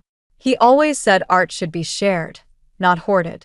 I touched the envelope in my pocket, his final letter, discovered last week in a box of old business papers. I hadn't opened it yet, afraid of what truths it might contain. The board meeting went well, Desmond said, appearing with Fiona. Since starting their own consulting firm, they've been helping us structure the studio as a cooperative. The artist's profit-sharing program is officially approved. And your parents? I asked. Still in Europe. He shrugged. Mother sends postcards sometimes, usually with passive-aggressive notes about family loyalty. At least they're consistent, Fiona said, making us laugh. A commotion at the front desk drew our attention. 2 familiar figures stood there, James Caldwell and his father, looking uncomfortable but determined. We'd like to commission a piece, the elder Caldwell said when I approached. For our company's centennial. Why us? James gestured at the student gallery. Because you're doing what we should have done years ago, letting artists own their work, their vision. I studied them. These men, who could have been my jailers in another life. I'll have Marcus show you his portfolio. Later, as the sun set over the city, I finally opened my grandfather's letter. His familiar handwriting blurred as I read. Dearest Lila, by the time you read this, you'll have either surrendered to your parents' vision or forged your own path. I pray it's the latter, because I've seen the fire in you, the same fire your grandmother showed when she refused to let her family dictate her future. The trust fund was never about money. It was about choice. Your parents may have stolen the funds, but they couldn't steal what matters most, your spirit, your talent, your ability to see beauty in broken things and make them whole again. Remember this. True legacy isn't what we inherit, it's what we choose to build. All my love, Grandpa Walter. I folded the letter as Marcus's students filed out, their hands clay-stained and eyes bright with possibility. On the wall hung my latest piece, a porcelain phoenix rising from shattered teacups, each fragment telling part of our story. Ready for the evening class? Desmond asked, rolling up his sleeves. He'd started taking pottery lessons last month, claiming it helped him understand business better. Really, I think he just liked getting his hands dirty for once. Almost. I picked up a fresh block of clay, feeling its potential. Just thinking about legacy. And I think Grandpa was right. It's not what we inherit that matters. I smiled, watching new students file in, including some familiar faces from the old factory. It's what we choose to create. Speaking of creating, Fiona said, we have news. She and Desmond exchanged glances. We're expecting. I hugged them both, clay-covered hands and all. As we celebrated, I caught sight of my reflection in the studio window, not a rebel daughter or a perfect heiress, but something entirely new. Something of my own making. The evening light painted everything in shades of possibility, and somewhere I knew Grandpa Walter was smiling. Sometimes the most beautiful things come from broken pieces, remade not into what they were, but what they were always meant to be. I picked up my teaching smock and turned to my waiting students. Time to create something new. I wasn't supposed to be home that afternoon. Maybe that's why they were so careless, voices drifting up from Dad's study like smoke through the floorboards. I'd come back early from my shift at the gallery, paint still crusted under my fingernails from helping Theo reorganize his studio. The house was quiet except for those voices, Mom's high-pitched protests, Dad's measured tone, and Livia's familiar whine. "It's not like she's actually going to art school," Livia was saying. "Be realistic. Cala's little paintings are cute, but they're not going to pay the bills." I froze on the stairs, one hand gripping the banister. Through the crack in the door, I could see Mom perched on the edge of Dad's leather chair, her perfect posture betraying her tension. "The money's already set aside for her education," Mom said, but her voice wavered.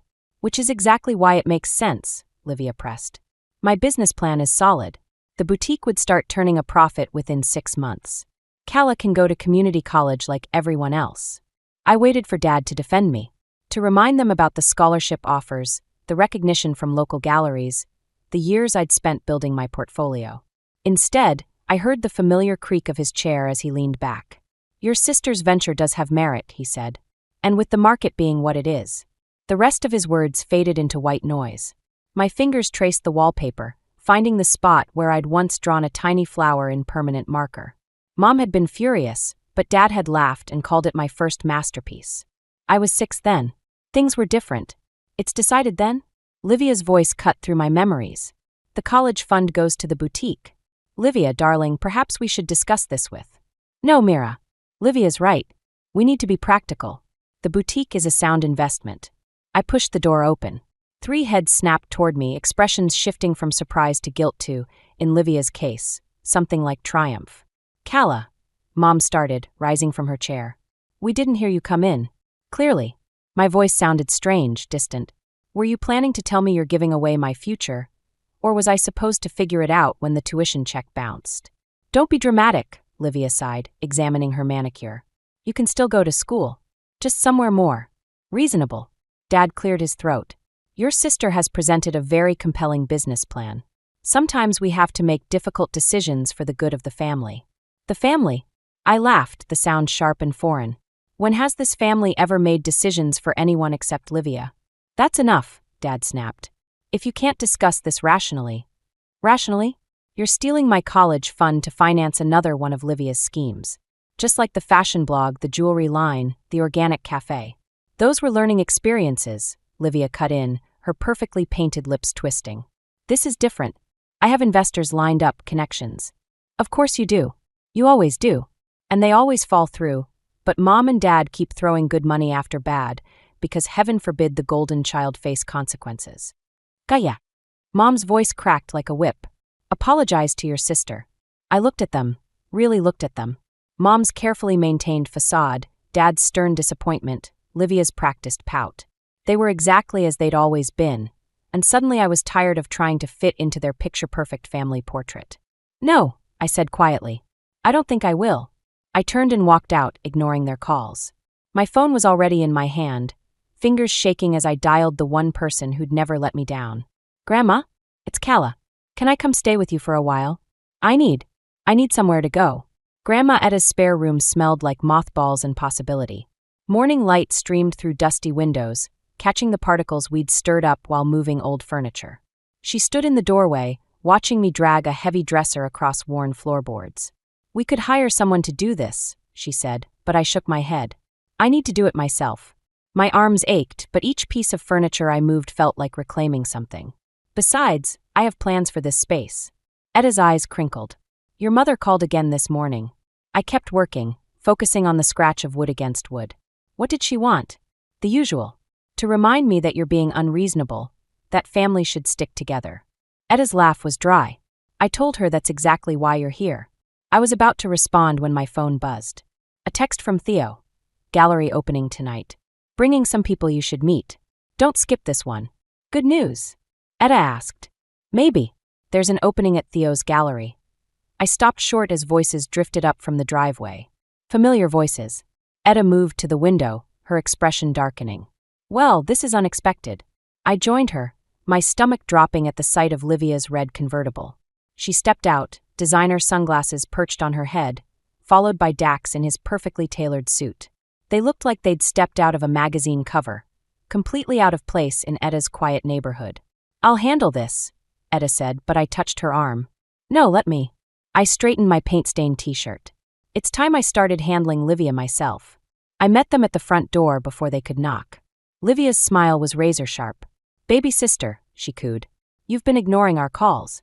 "I've been busy." I blocked the doorway with my body. "What do you want?" "Can I check on my sister?" She tried to peer past me into the house. "Mom and Dad are worried sick." "They're worried about their investment, you mean?" The words tasted bitter. "How's the boutique planning going?" Dax stepped forward, all charm and perfect teeth. "Actually, that's partly why we're here. We've been thinking, there might be a place for you in the business." "A place for me?" I couldn't help laughing. "Let me guess, unpaid intern?" "Visual merchandising director," Livia corrected, as if offering me a gift. "Your art background would be perfect. We'd even pay for some business courses at the community college." The audacity of it hit me like a physical blow. They'd stolen my future and now wanted to sell it back to me piece by piece. "That's generous," I said carefully. "But I already have a job. And a mentor." "Oh, right. The gallery." Livia's tone dripped condescension. "Sweetheart, playing assistant to a washed-up artist isn't a career. Theo Lang isn't washed up. He's about to lose his gallery space," Dax interrupted smoothly. "We heard through our real estate connections. The building's being sold." My chest tightened.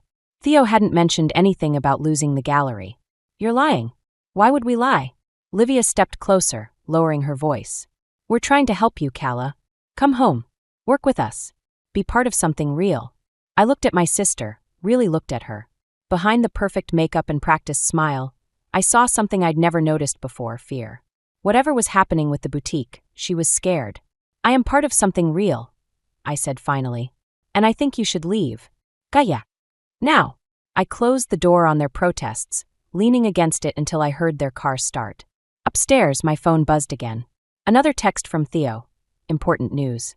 Need to talk before the opening. I stared at the message, Dax's words echoing in my head. Something was wrong, and for once, I intended to find out exactly what before it blindsided me. "Etta," I called up the stairs. "I need to borrow your car." Theo's gallery was dark when I arrived, but his car sat in the back lot. Through the window, I could see him hunched over his desk, surrounded by stacks of papers. My stomach knotted. Maybe Dax hadn't been lying after all. The back door clicked open at my touch. "You're getting careless," I called out. Theo's head snapped up, papers scattering. "Jesus, calla. Wear a bell." "Sorry, I wasn't." "Want to tell me about the building being sold?" His expression shifted, something like guilt crossing his features. "How did you?" "Doesn't matter." "Is it true?" "Sit down." He gestured to a chair, but I remained standing. "The owner's selling to developers. They're turning the whole block into luxury condos." "When?" 3 months. He ran a hand through his hair. "I've been looking at other spaces, but the rent everywhere else." I picked up one of the scattered papers, a bank statement covered in red ink. "Is that why you canceled my last 2 lessons?" "Kaya. Don't lie to me." My voice cracked. "Not you too." Theo sighed, suddenly looking older than his 35 years. "I should have told you sooner. But there's something else you need to know." He pulled out his phone, showing me a social media post. "Your sister's been busy." The image showed Livia standing in front of an elegant storefront, champagne glass raised. The caption read, "Thanks to our amazing investors. Can't wait to transform this historic space into something spectacular. #Emerson Boutique." The address made my blood run cold. It was Theo's gallery. "She knew," I whispered. "When they came to Etta's today, they already knew." "There's more." Theo handed me another paper. "Your father's signature is on the investment documents. He's backing her completely." The paper crumpled in my fist. "They're not just taking my college fund. They're taking everything." "Not everything." Theo stood, moving to a covered canvas in the corner. "Remember that piece you were working on? The one about family ties?" He pulled off the sheet, revealing my unfinished painting, a tangle of golden chains breaking apart, some links tarnished and corroding. "Finish it," he said. "The gallery's hosting one final show before we close. Make it count." I stared at the canvas, an idea taking shape. "The investors will be there? Everyone who's anyone in town. Your family included, I'm sure." My phone buzzed, a text from Etta. "Found something you should see. Come home when you can." "I have to go." I said, already moving toward the door. But Theo, thank you for telling me the truth. Kaya. His voice stopped me. Whatever you're planning, just remember that revenge and justice aren't always the same thing. I thought about Livia's fear earlier, about Dad's signature on those documents, about all the times they'd dismissed my art as worthless while planning to destroy the one place that had believed in me. Maybe they should be. The drive back to Etta's was a blur. I found her in her study, surrounded by old files and photographs. Look at this, she said without preamble, holding out a yellowed newspaper clipping. The headline read, Local Business Empire Built on Stolen Art? Monroe Gallery Accusations Surface. Monroe Gallery? I took the clipping. But that was your grandfather's gallery, before your father married into the family and merged the businesses. Etta's eyes were hard, before certain pieces mysteriously disappeared from the collection. Why are you showing me this now? Because history has a way of repeating itself. She handed me another file.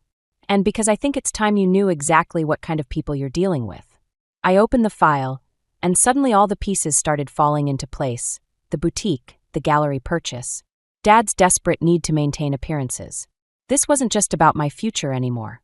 This was about something much bigger, something that had been building for years. And I knew exactly what my next painting would be about. The cough started small, just a tickle in Etta's throat during breakfast. By afternoon, she was gasping between words, her face pale against the hospital pillows. I clutched her medical files, still warm from the printer, while doctors spoke in hushed tones outside her room. You should call your mother, Etta said, her voice raspy. I'm not calling anyone. I arranged her pillows, avoiding her knowing gaze. Besides, I need to finish the piece for Theo's final show. It's in 2 weeks. Kaya. She caught my wrist, her grip surprisingly strong. Some things are more important than revenge. Before I could respond, a nurse bustled in with medication. My phone buzzed Theo again. I stepped into the hallway to answer. Where are you? The collectors are here. I can't make it. Etta's in the hospital. A pause. Is she okay? They're running tests. I pressed my forehead against the cool window glass. I'll work on the piece tonight, I promise. Forget the piece. Take care of your grandmother. His voice softened. But Calla? Dax was here asking questions about the old Monroe Gallery records. My stomach dropped. What did you tell him? Nothing. But he seemed very interested in the provenance of certain pieces. Pieces that disappeared around the time your father took over. Through the window, I watched Etta doze fitfully. The newspaper clipping she'd shown me felt heavy in my pocket. I have to go, I said, hanging up as my mother's voice echoed down the corridor. Where is she? Where's my mother? I stepped back into Etta's room just as Mom burst in, designer handbag swinging. She froze when she saw me. You didn't tell us, she accused. Funny how that feels, isn't it? Girls. Etta's voice cracked between us like a whip. Not now. Mom moved to the bed, her perfect makeup already smudging. The doctor said pneumonia. Why didn't you call us sooner? Because I'm handling it, I said, but the words sounded hollow even to me. Like you're handling everything else? Mom's laugh was bitter. Your father had to hear about your special piece for Theo's show from his investors. They're worried about negative publicity. They should be. What's that supposed to mean? Ask Dad about the Monroe Gallery pieces. I pulled out the newspaper clipping. Ask him what really happened to Grandpa's collection. Mom's face went white. Behind her, Etta started coughing again, harder this time. You don't understand what you're talking about, Mom whispered. I understand enough. I moved toward the door. Tell Dad his secrets aren't safe anymore. Neither are Livia's. Calla, wait. But I was already gone, running down sterile corridors until I reached Etta's car. My hands shook as I started the engine. The drive to my makeshift studio was automatic, muscle memory taking over while my mind raced. The canvas waited, half-finished. Golden chains transforming into serpents, family portraits burning at the edges. But it wasn't enough anymore. Not with Etta lying in that hospital bed. Not with everything I'd learned. My phone lit up with a text from an unknown number. Smart girl digging up the past. Want to know more? Dax. Of course he'd play both sides. I started to delete the message, then stopped. Maybe it was time to fight fire with fire. I picked up my brush, staring at the canvas. The piece needed something else, not just exposure, but truth. Real truth, not just revenge. Etta's words echoed in my head. Some things are more important than revenge. She was right, but sometimes justice and revenge could be the same thing, if you were willing to pay the price. I texted back one word. When? Dax was waiting in the corner booth of the diner, his perfect suit out of place among the vinyl seats and chipped coffee cups. He pushed a manila envelope across the table before I could sit down. "Everything you need to know about the Monroe Gallery scandal," he said, "including what your father did to your grandfather's collection." I left the envelope untouched. "Why are you helping me?" "Let's just say Livia isn't the only one with investment troubles." His smile didn't reach his eyes. "The boutique is hemorrhaging money before it even opens. Your father's desperate enough to leverage everything, including pieces that technically don't belong to him. The stolen artwork. Borrowed," he corrected smoothly, "though the original owners might disagree." My phone buzzed, a text from Mom. "Ed is asking for you. Please come back." "What do you want in return?" I asked Dax, ignoring the message. "Protection. When this breaks, I want it clear I helped expose the truth." He leaned forward. "And I want my initial investment back." "How much?" $200,000. Your sister's quite persuasive when she wants something." The amount hit me like a physical blow. That was more than my college fund, more than... Another text. "Her fever's worse. She needs you here." "I have to go." I stood, finally taking the envelope. "But this doesn't make us allies." "Of course not." His smile widened. "By the way, how is dear grandmother Etta? I heard she's not doing well." The threat in his voice was subtle but clear. I left without responding, the envelope burning in my bag. At the hospital, I found Theo outside Etta's room, his expression grim. "What are you doing here?" "Your mother called me." He nodded toward the room. "She's been asking for you. Talking about some old paintings in her attic." My heart stuttered. "What paintings?" "Gaia." He caught my arm as I moved toward the door. "Whatever you're planning with Dax, be careful. He's not on your side." "No one is." "That's not true and you know it." Inside, Etta was propped up against pillows, looking smaller than I'd ever seen her. Mom sat beside her, holding her hand. "There she is." Etta's voice was barely a whisper. "My artist." "I'm here." I took her other hand, noticing how cold her fingers felt. "I'm sorry I left." "The paintings," she said. "In my attic. Behind the false wall." Mom's head snapped up. "What false wall?" "Your father's favorites." Etta's eyes found mine. "The ones he couldn't bear to sell. I kept them safe all these years." "Mother, what are you talking about?" But I knew. The missing pieces from the Monroe Gallery. The ones Dad had supposedly sold to cover debts. The ones he was now using as collateral for Livia's failing boutique. "Show them." Etta squeezed my hand. "Show everyone the truth. But remember, the truth without compassion is just another weapon." Her monitors started beeping faster. Mom jumped up to call for nurses while I stood frozen, the weight of Etta's words settling over me like a shroud. My phone buzzed one final time, Dax again. Tick-tock. "The boutique opens in a week. How much is your silence worth?" I looked at Etta, fighting for breath in her hospital bed. At Mom, her carefully maintained facade cracking. At the envelope in my bag that could destroy everything. The truth without compassion is just another weapon. But sometimes, I thought, watching the nurses rush in, sometimes weapons are exactly what you need. I pulled out my phone and texted Theo. "The final show. I know what I need to paint." It was time to stop playing defense. Time to show them all exactly what art could do. The gallery hummed with opening night energy, champagne glasses clinking as Seattle's elite circled my paintings like vultures. My centerpiece remained covered, a massive canvas that had consumed the last week of my life. Theo kept shooting me worried glances from across the room. "Quite the turnout." Dax materialized beside me, champagne in hand. "Shame about Etta. The doctors say she might not make it through the night." My fingers tightened around my water glass. "You're enjoying this, aren't you?" "Just making conversation." He nodded toward the entrance. "Looks like the gang's all here." Mom and Dad walked in, Livia between them like a shield. They looked perfect, polished, everything our family was supposed to be. Dad's eyes locked onto the covered canvas. "Last chance," Dax murmured. "Walk away now, and I'll make sure you get a percentage of the boutique profits." "You mean the boutique that's already failing?" His smile tightened. "Careful, Calla. Some paintings are better left in the attic." He disappeared into the crowd as Theo stepped up to the microphone. "Ladies and gentlemen, welcome to our final show at the gallery. Tonight's featured piece comes from our youngest artist." My phone buzzed the hospital.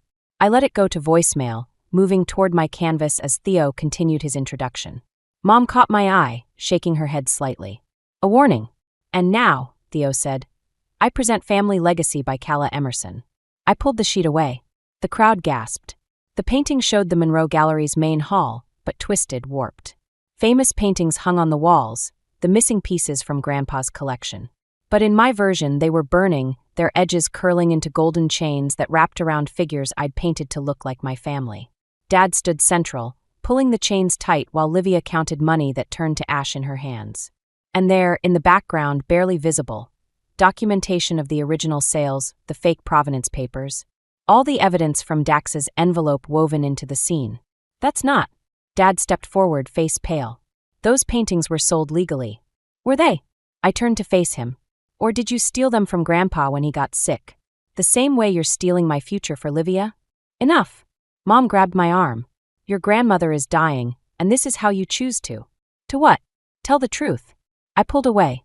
The paintings are in Etta's attic. The real ones. She kept them safe from you. Livia pushed through the crowd. You're lying. Dad would never. Like your husband would never betray you. I met Dax's eyes across the room. Show them the investment papers, Dax. Show them where the money really went. The gallery erupted in whispers. Livia turned to Dax, who was already backing toward the door. What investment papers? My phone buzzed again, the hospital. This time I answered. Miss Emerson? You need to come now. Your grandmother. The phone slipped from my fingers. The room spun. Theo caught my arm as I stumbled. I have to. Etta's. Go, he said. I'll handle things here. I ran for the door, but Dad blocked my path. You've destroyed everything, he said quietly. Are you happy now? Behind him, I could see my painting, truth and revenge blazing on canvas, burning bridges I could never rebuild. Livia was crying. Mom was trying to quiet the murmuring crowd, and Dax was nowhere to be seen. Move, I whispered. Please. He stepped aside, but his words followed me into the night. You're no better than the rest of us now. Maybe he was right. Maybe Etta had been wrong about compassion. Maybe I'd finally become exactly what they always thought I was. Just another Emerson, destroying everything I touched. I gunned the engine, praying I wasn't too late to say goodbye. I made it to Etta's room just as the monitors flatlined. Mom stood by the window, shoulders shaking. A nurse was calling time of death. The world narrowed to the sound of my own heartbeat, drowning out everything else. She left this for you. Mom held out an envelope, her voice raw. Said to give it to you right after. I took it mechanically but couldn't open it. Not yet. Not with Etta's body still warm. The paintings I managed. We need to. Already taken care of. Dad appeared in the doorway, looking older than I'd ever seen him. The police are at the house. Dax confessed everything. What? He's been embezzling from multiple investors, not just us. Using the boutique as a front. Dad's laugh was hollow. Turns out we're all fools. Livia pushed past him into the room, mascara streaked down her face. Is it true? About the paintings? I nodded, unable to speak. Why didn't you just tell us? She demanded. Why make it so public? Would you have listened? I looked at each of them, my perfect broken family. Would any of you have heard me if I'd whispered instead of screamed? Mom moved toward me, but I stepped back. My fingers found the edge of Etta's envelope, tearing it open. Inside was a key and a letter.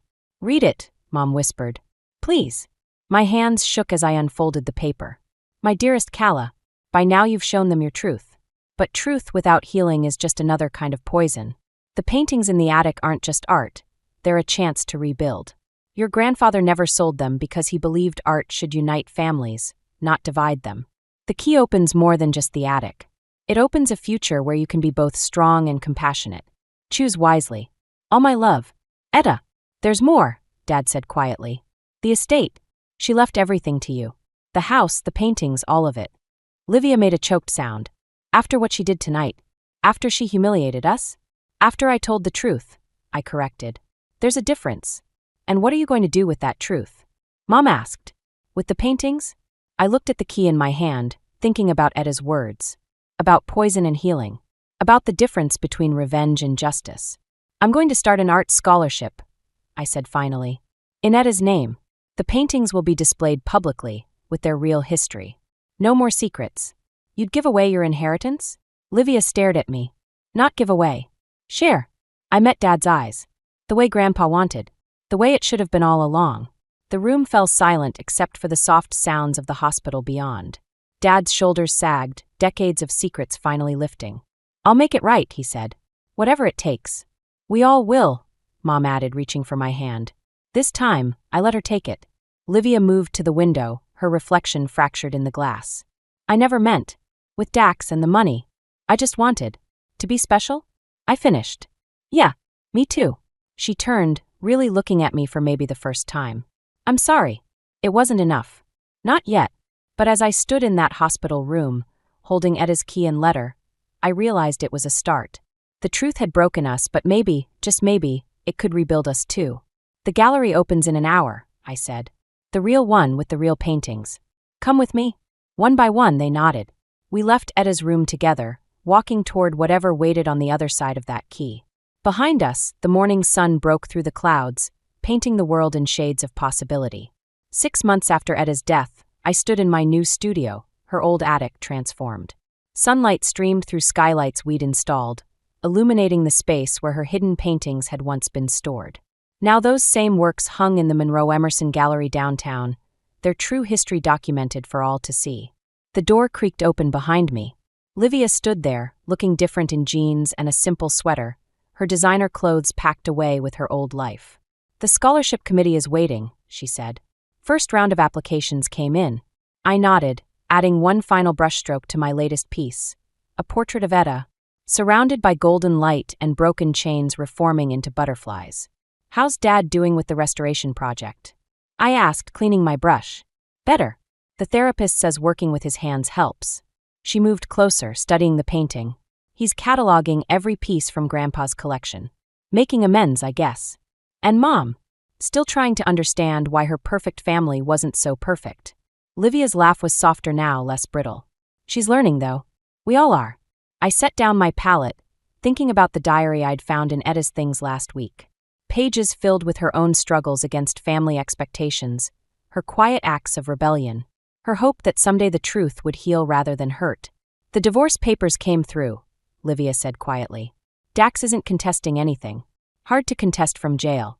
Yeah, she touched the edge of my canvas. You made me look different in this one. More real. You are different. Because you broke everything? Because we all did. I met her eyes in the reflection of the window. And then we chose to rebuild. The scholarship meeting went quickly. 5 young artists selected for the first Etta Monroe Foundation grants. Mom cried when we announced the winners, Dad squeezed my hand, and Theo beamed from his seat on the committee. Later, as the sun set over the city, I found myself back in the studio. A letter from one of the top art schools in New York lay unopened on my desk. The same school I'd dreamed of attending before everything fell apart. You should open it, Mom said from the doorway. Etta would want you to. I'm not sure I want to leave anymore. I gestured at the studio, the gallery below, the life we were building from the ashes of our old one. There's still so much to do here. The gallery will be here when you get back. So will we. She picked up the letter. Sometimes the best way to honor a legacy is to build your own. I thought about Etta's diary, about her words on the last page. The truth isn't just what breaks us. It's what gives us the courage to become who we're meant to be. The letter opened easily under my fingers. Mom waited, watching as I read. Well, I got in. My voice shook. Full scholarship. She hugged me, and for the first time in years it felt real. No perfect facade, no hidden agendas. Just a mother and daughter holding on. Etta knew, she whispered. She always knew you'd fly. That night, I added the acceptance letter to my wall of memories, next to Etta's diary, the key to her attic, and a small sketch she'd made of me as a child, paintbrush in hand. Below it, I hung a new piece. A family portrait, but not like my angry exhibition painting. This one showed us as we were now, imperfect, healing, real. The golden chains were still there, but they weren't binding anymore. They were transforming, becoming bridges between who we were and who we could be. Just like Etta had always intended. The live stream to Grandpa Everett showed my empty hands first, then panned across my bedroom door. Sweet 16 reveal coming up. I whispered into my phone, trying to contain my excitement. You ready for this, Grandpa? His chuckle crackled through my earbuds. Ready as I'll ever be, sweetheart. I pushed open the door, already imagining how I'd arrange the new art supplies he'd promised me. The words died in my throat. Where my easel should have been, a pristine white crib stood in a shaft of afternoon sunlight. My posters, my paintings, my entire life had been erased. Pale yellow ducks danced across freshly painted walls. Mom, my voice came out smaller than I meant it to. Dad. I heard their voices floating up from downstairs, probably in Dad's study. My feet felt heavy as I descended, still broadcasting. The study door was ajar, and I caught fragments of their conversation. Better this way, Conrad. She'll understand eventually. Marlo, maybe we should have. Should have what? Waited until she came home from school? Given her time to throw one of her dramatic fits. I pushed the door open. Mom stood by the window in her tailored blazer, while Dad slumped in his leather chair, not quite meeting my eyes. What happened to my room? I asked, though I already knew. The nursery theme, the timing, it had to be for Serafina's baby. Mom's lips tightened into that familiar line of disapproval. Elara, good. We need to discuss some changes. Changes? The word tasted bitter. You mean how you turned my bedroom into a nursery without telling me? Your sister needs that space more than you do right now, Mom said, as if explaining something obvious to a child. We've arranged for you to stay with Aunt Callista. Dad shifted in his chair. It's only temporary, honey. Until we figure something out. Figure something out? I gripped my phone tighter, suddenly grateful for Grandpa's silent presence on the other end. I live here. This is my home. Was your home? Mom corrected. Honestly, Elara, you're 16 now. It's time to stop being so self-centered. Your sister is starting a family. She needs our support. The room spun slightly. And what about what I need? What you need, Mom's voice turned sharp, is to grow up and stop making everything about yourself. Callista's expecting you tonight. I've already packed your essential items. I looked at Dad, but he just stared at his hands, shoulders curved inward like he was trying to disappear into his chair. Some defender. Happy birthday to me, I guess, I said, my voice steadier than I felt. Thanks for the heads up. Don't be dramatic, Mom sighed. Your aunt's place is perfectly nice, and it's closer to your school. This is hardly the tragedy you're making it out to be. I backed toward the door, my hand finding the doorknob. You're right, Mom. It's not a tragedy. It's just really, really clear where I stand with you both. As I turned to leave, I caught Dad's flinch, the slight tremor in his hand as he reached for his coffee cup. Mom's reflection in the window showed something flicker across her face, not guilt, exactly, but something close to unease. I ended the live stream as I climbed the stairs, but not before whispering, "Did you get all that, Grandpa?" His response was immediate and grim. Every word, sweetheart. Every single word. Standing in what used to be my room, I ran my fingers along the crib's smooth, white railing. The nursery was beautiful, really. Perfect for the golden child's perfect baby. But as I traced one of those cheerful yellow ducks, I made a promise to myself. This wouldn't be the end of the story. Not by a long shot. Aunt Callista's spare room smelled like lavender and fresh paint. She'd stayed up late helping me hang fairy lights across the ceiling, transforming the plain walls into something almost magical. But at 3 a.m, even magic couldn't quiet my mind. My phone buzzed. A text from Serafina. Mom says you're being difficult about the nursery. Can't you think about someone else for once? I switched off my phone and padded downstairs, following the sound of clinking dishes. Aunt Callista stood at the kitchen counter, her dark hair messy from sleep, stirring something in a pot. Couldn't sleep either? She asked, not turning around. How'd you know it was me? Because you walk exactly like your mother used to, before she started wearing those ridiculous heels everywhere. She poured hot chocolate into 2 mugs, adding a handful of mini marshmallows to mine. Want to talk about it?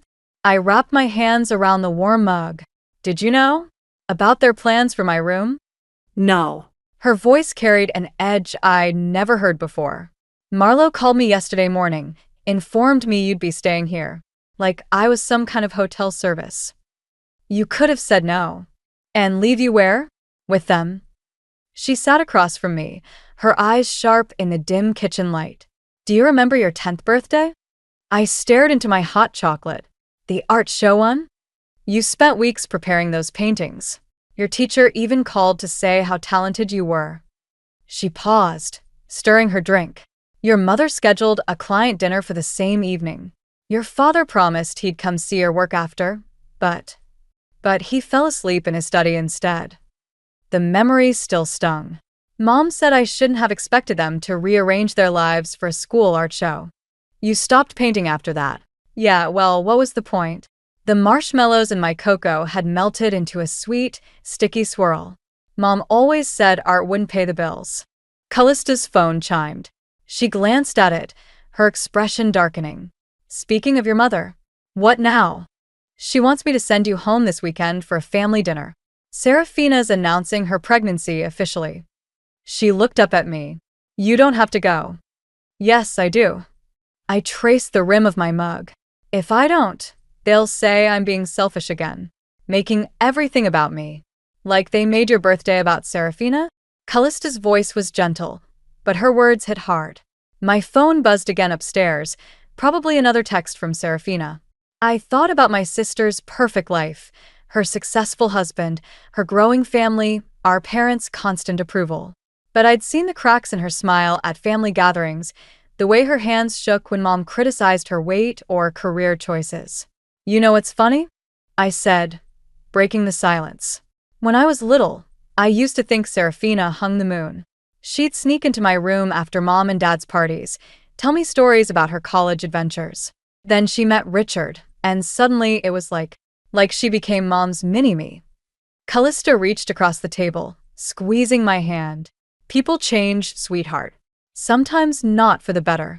Yeah. I squeezed back, then stood up. I should try to sleep. Big family dinner to prepare for, right? Alara? Callista called as I reached the stairs.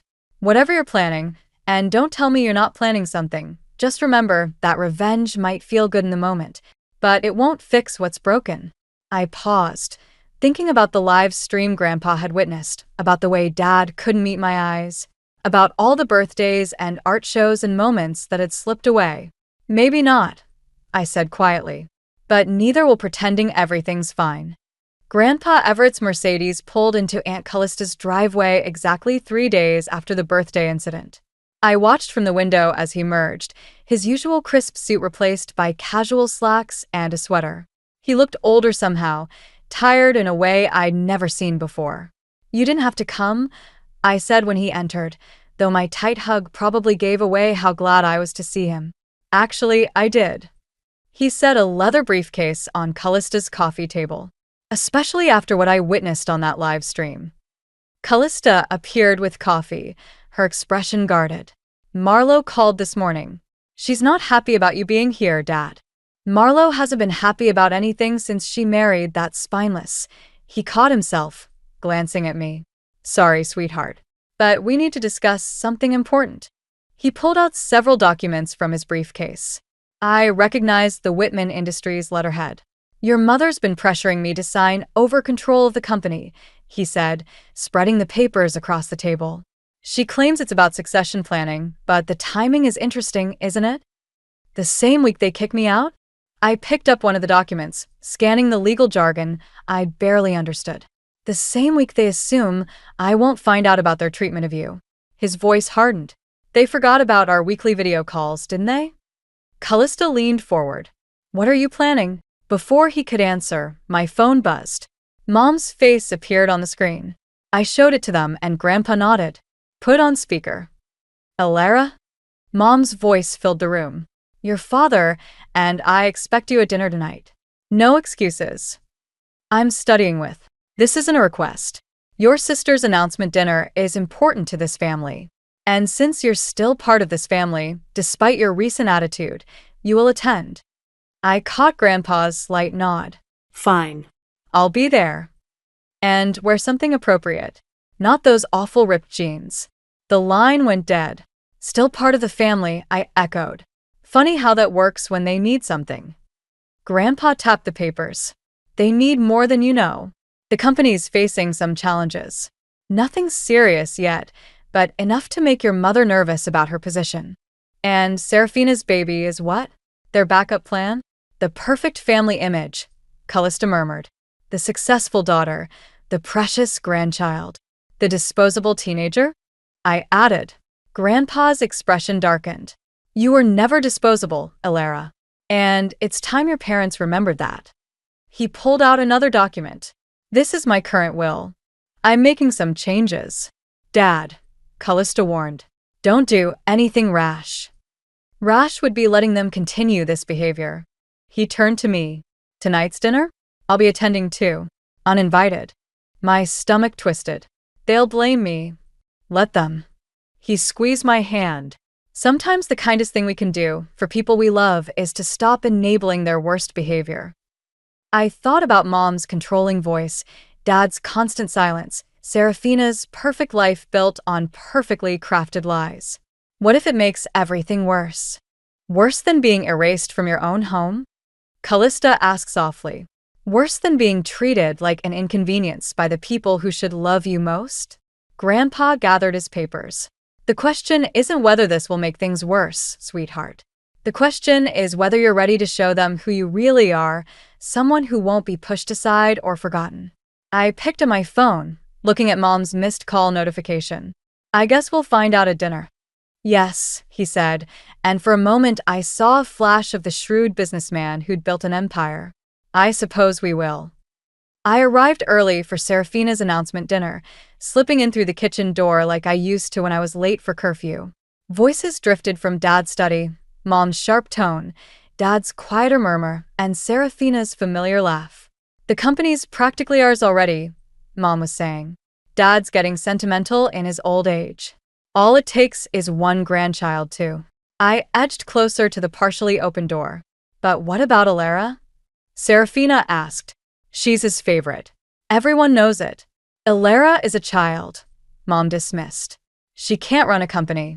Besides, once the baby comes, Dad will forget all about her artistic phases and teenage dramatics. Marlo, Dad's voice carried a rare note of concern. Maybe we should slow down. The way we handled her birthday. The way we handled it was necessary. That girl needs to learn her place. And with the merger coming up? The merger? Serafina's voice sharpened. What merger? Richard's company, Mom said. Once we announce your pregnancy, the timing will be perfect. A merger between families, securing both companies' futures. Your father-in-law is already on board. My hand flew to my mouth. Richard was Serafina's husband, but he was also the CEO of their biggest competitor. A merger would mean, you're using my baby as a business deal? Serafina's voice cracked. I'm securing our family's future, Mom countered. Something your sister seems determined to undermine with her constant need for attention. Speaking of attention, Dad cut in. Dad's car just pulled up. I backed away from the door, but not fast enough. It swung open, and I found myself face to face with Mom. Her perfectly applied makeup couldn't hide her flash of panic. Alara. Her smile was brittle. How long have you been standing there? Long enough. The words came out steadier than I felt. So that's why you wanted the nursery done so quickly. It was never about Serafina's baby. It was about the merger. Serafina appeared behind Mom, one hand protectively over her stomach. Alara, it's not what you think. Really? Because it sounds like Mom's using your baby to manipulate Grandpa and secure a business deal. I met Mom's eyes. That's why you needed me gone, isn't it? Because I might tell him the truth. You understand nothing about business, Mom snapped. About what it takes to protect this family's legacy. Protect it. I laughed, the sound harsh even to my own ears. You mean control it, like you try to control everything else. The doorbell rang. Dad emerged from the study, adjusting his tie. That'll be your grandfather. Perfect timing, I said, watching Mom's face pale slightly. I'm sure he'd love to hear about the merger plans. About how his great-grandchild is just another business asset. You wouldn't dare, Mom hissed. I thought about my empty room upstairs, about years of missed art shows and conditional love. About Serafina's face when she learned her baby was just another piece in Mom's game. Try me, I said, turning toward the door. Mom grabbed my arm. If you ruin this. You'll what? Throw me out again? Too late. The doorbell rang again. Serafina's hands were shaking. Dad wouldn't meet anyone's eyes. And Mom, for the first time in my life, I saw real fear crack through her perfect facade. I pulled free of her grip and walked toward the front door, my heart pounding but my step steady. Behind me, I heard Mom's heels clicking rapidly across the floor, rushing to beat me there. The game was about to change. I just hoped I was ready for what came next. The college brochures spread across Aunt Callista's kitchen table looked like escape routes. Art programs, photography majors, creative writing departments, everything Mom would hate. Everything I might love. Berkeley has an excellent fine arts program, Callista said, sliding another pamphlet toward me. And it's about as far from here as you can get without leaving the country. My phone buzzed. Another message from Serafina. We need to talk. Alone. I'd been ignoring her texts since the dinner disaster 3 days ago, when Grandpa had stormed out after learning about the merger plans. Mom hadn't spoken to me since, but her silence said enough. Alara? Callista tapped the brochure. You're miles away. Sorry, My phone buzzed again. This time, a message from Richard, Serafina's husband. Meeting at the office. Important information about your mother's plans. Come alone. I have to go, I said, standing abruptly. There's something I need to handle. Callista caught my wrist. Whatever you're planning, remember what happened last time you tried to face them alone. This is different. I showed her Richard's message. He might have proof about the merger, something we can show Grandpa. Or it could be a trap. She frowned. At least let me drive you. They'll see your car. I'll take the bus. I grabbed my jacket. Besides, I'm tired of hiding. The corporate office loomed ahead 30 minutes later, all glass and steel and secrets. The security guard barely glanced at my student ID before waving me through. Richard's office was on the top floor, with a view of the city that probably cost more than my college fund, if I even had one anymore. The elevator doors opened to reveal not Richard, but Mom. I knew you'd come, she said, stepping inside before I could retreat. So predictable. The doors closed. We started ascending. Where's Richard? At home with your sister, who, by the way, is absolutely devastated by your betrayal. She pressed the emergency stop button. The elevator jerked to a halt. We need to talk about your future. My future? I laughed. You mean the one you're trying to control, like everything else? I'm trying to protect this family's legacy. Something you seem determined to destroy. She pulled out an envelope. Inside is an acceptance letter to Swiss boarding school. Very exclusive. Very far away. My throat tightened. You can't force me to go. No? Think about Serafina. The stress you're causing could harm her baby. Think about your father. His position in the company depends on this merger. She held out the envelope. One signature, and you get a fresh start. Isn't that what you want? The elevator felt smaller by the second. What I want is a mother who actually cares about me, not just her precious company. Don't be dramatic.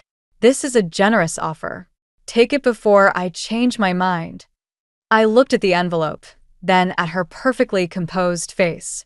You know what's funny? I used to think Serafina was the lucky one. Your perfect daughter, your pride and joy. But she's just as trapped as I am, isn't she? Something flickered in Mom's eyes. Fear? Recognition? Before she could respond, my phone chimed. A message from Grandpa. Don't sign anything. On my way. Mom saw the text. Her hand tightened on the envelope. Time to choose, Alara. Your family's stability or your selfish desires.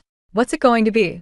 The elevator hummed around us, suspended between floors like my answer hung between us. I thought about the college brochures, about Serafina's shaking hands, about years of trying to earn love that should have been unconditional. I reached for the envelope. I took the envelope from Mom's hand and ripped it in half. The sound echoed in the elevator like a gunshot.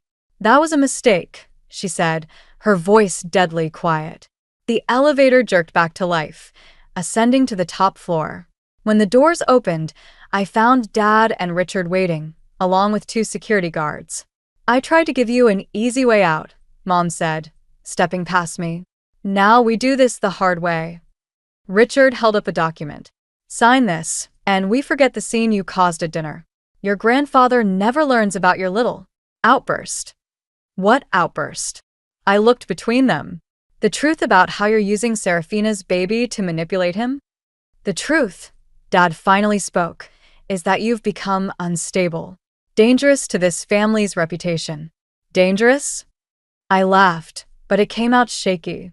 Because I won't play along with your games anymore? Mom nodded to the security guards. Show her. One guard pulled out a tablet, playing a video of me at the dinner. But something was wrong. The footage had been edited, making me look unhinged, aggressive. My words about the merger were cut out, replaced with what looked like a jealous rant about Serafina's baby. Social media is so unpredictable, Richard said smoothly. Once something goes viral. You wouldn't, I whispered, but I knew they would. Sign the papers, Mom said. Agree to the boarding school, or this video goes public. Think about what that would do to your college applications, to your future. The elevator dinged again. Grandpa emerged, followed by Aunt Callista. Relief flooded through me until I saw their faces. I saw the video, Grandpa said, his voice heavy with disappointment. Ilara, how could you? What? No, it's fake. I tried to tell them. Callista cut in, her eyes pleading with me to understand. But the footage. Mom stepped forward, all concern and maternal worry. We've been trying to handle this privately, Dad. Ilara's been struggling since we announced Serafina's pregnancy. The therapist suggested a change of environment might help. I'm not struggling, but my voice cracked, making me sound exactly like the unstable teenager they'd portrayed. They edited that video. They're trying to force me out because I know about the merger. Merger? Richard laughed. What merger? Mr.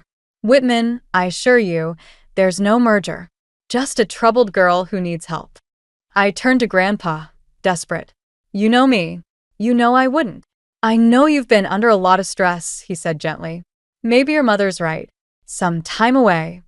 The betrayal hit like a physical blow. Even Grandpa believed their lies. Even he was willing to send me away.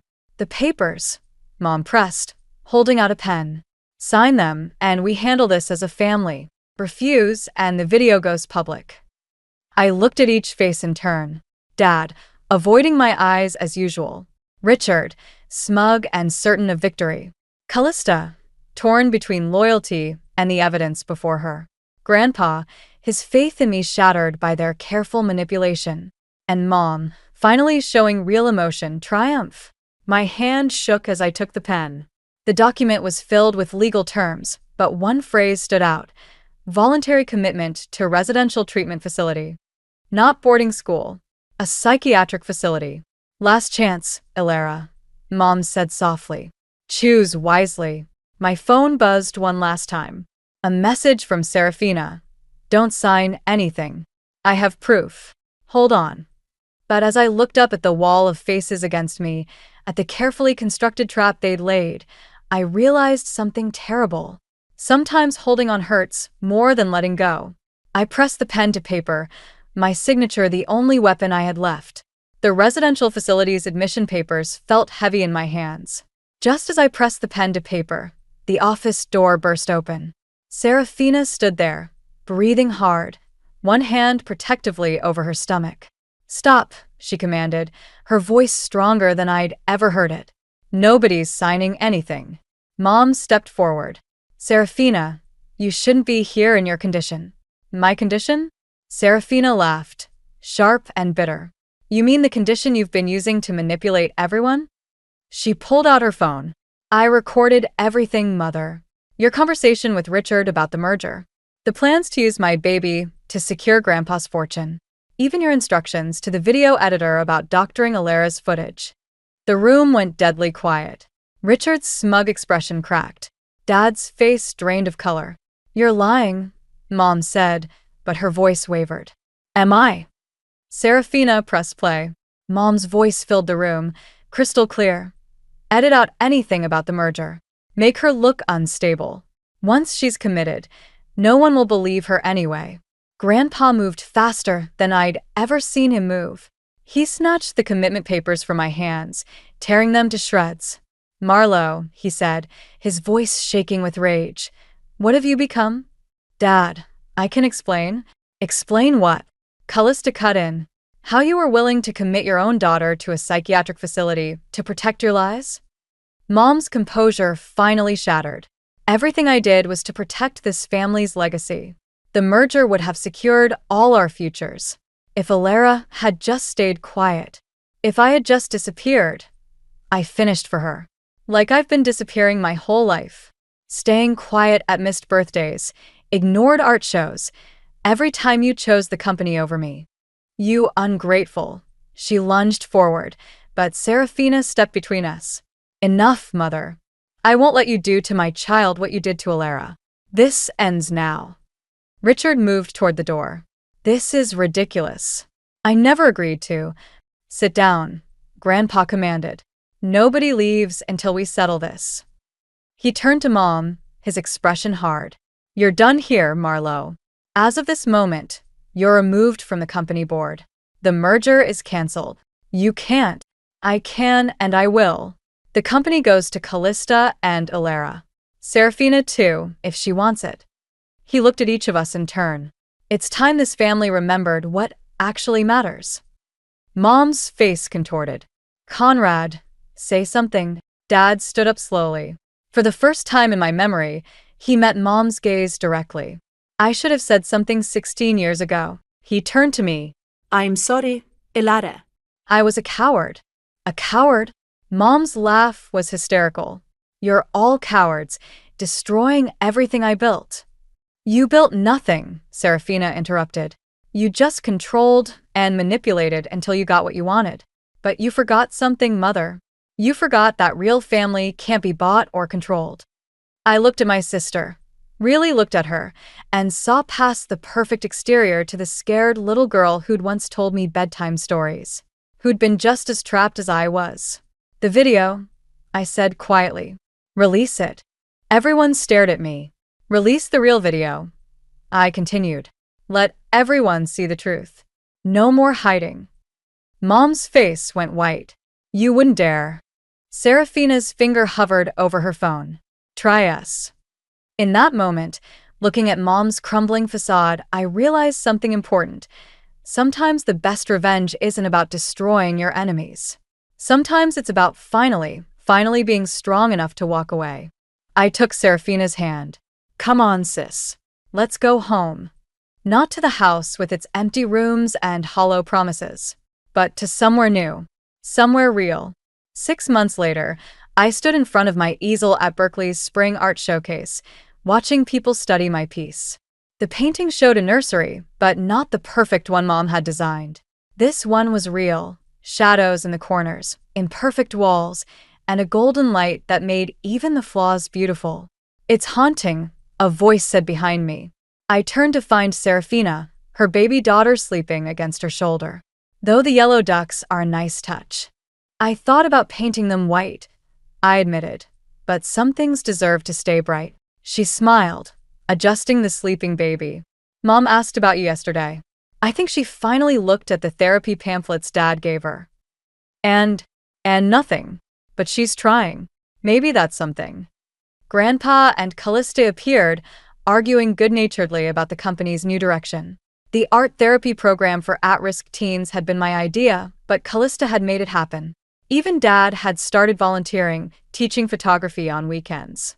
Your mother's letter came, Grandpa said quietly, holding out a worn envelope. The one she wrote before you were born. I thought you should have it. I took it, feeling its weight. Did you read it? No. But I remember when she wrote it. She was different then. Softer. Before the company became everything. I slipped the letter into my pocket unopened. Maybe someday I'd want to read about the mother she used to be, but not today. Today was about who I was becoming. The scholarship committee's here, Callista whispered, nodding toward a group of professors. Ready to show them your portfolio? Actually, I said, I want to show them something else first. I led them to the back of the gallery, where a larger canvas waited under a sheet. This painting had taken months, countless drafts, and more courage than I knew I had. I pulled off the sheet. The painting showed our family, but not in the perfect posed way of old portraits. Instead, it captured real moments. Serafina reading stories to her daughter, Callista and Grandpa laughing over coffee, Dad behind his camera. Even Mom was there, distant but present, a shadow beginning to take new shape. And in the center, a teenage girl at an easel, finally visible, finally whole. "Oh, sweetheart," Callista breathed. "It's called Family Portrait Unfinished," I explained. "Because we're all still working on it, aren't we?" Serafina squeezed my hand. "Always." Later, after the scholarship committee had left, with an offer I couldn't refuse, and the gallery had emptied, I found myself alone with my paintings. My phone buzzed with a text from Mom. "The new art therapy program. It's good work. You're good at this." Not an apology. Not yet. But maybe, like my painting, we were all unfinished works in progress. I thought about the unopened letter in my pocket, about the mother she'd been and the one she'd become, about how sometimes the hardest part of growing up is realizing your parents are growing too, in their own imperfect ways. Another text came through, this one from Dad. "Proud of you, kiddo. Always have been." I looked at my family portrait one last time before covering it for the night. The shadows were there, but so was the light, making even the darkest corners glow with possibility. Just like the nursery painting, it wasn't perfect. But maybe perfect wasn't the point. Maybe the point was learning to see beauty in the broken places, strength in the struggles, and hope in the spaces we leave blank, waiting to be filled with whatever comes next. I turned off the gallery lights and stepped into the evening, ready for my next canvas.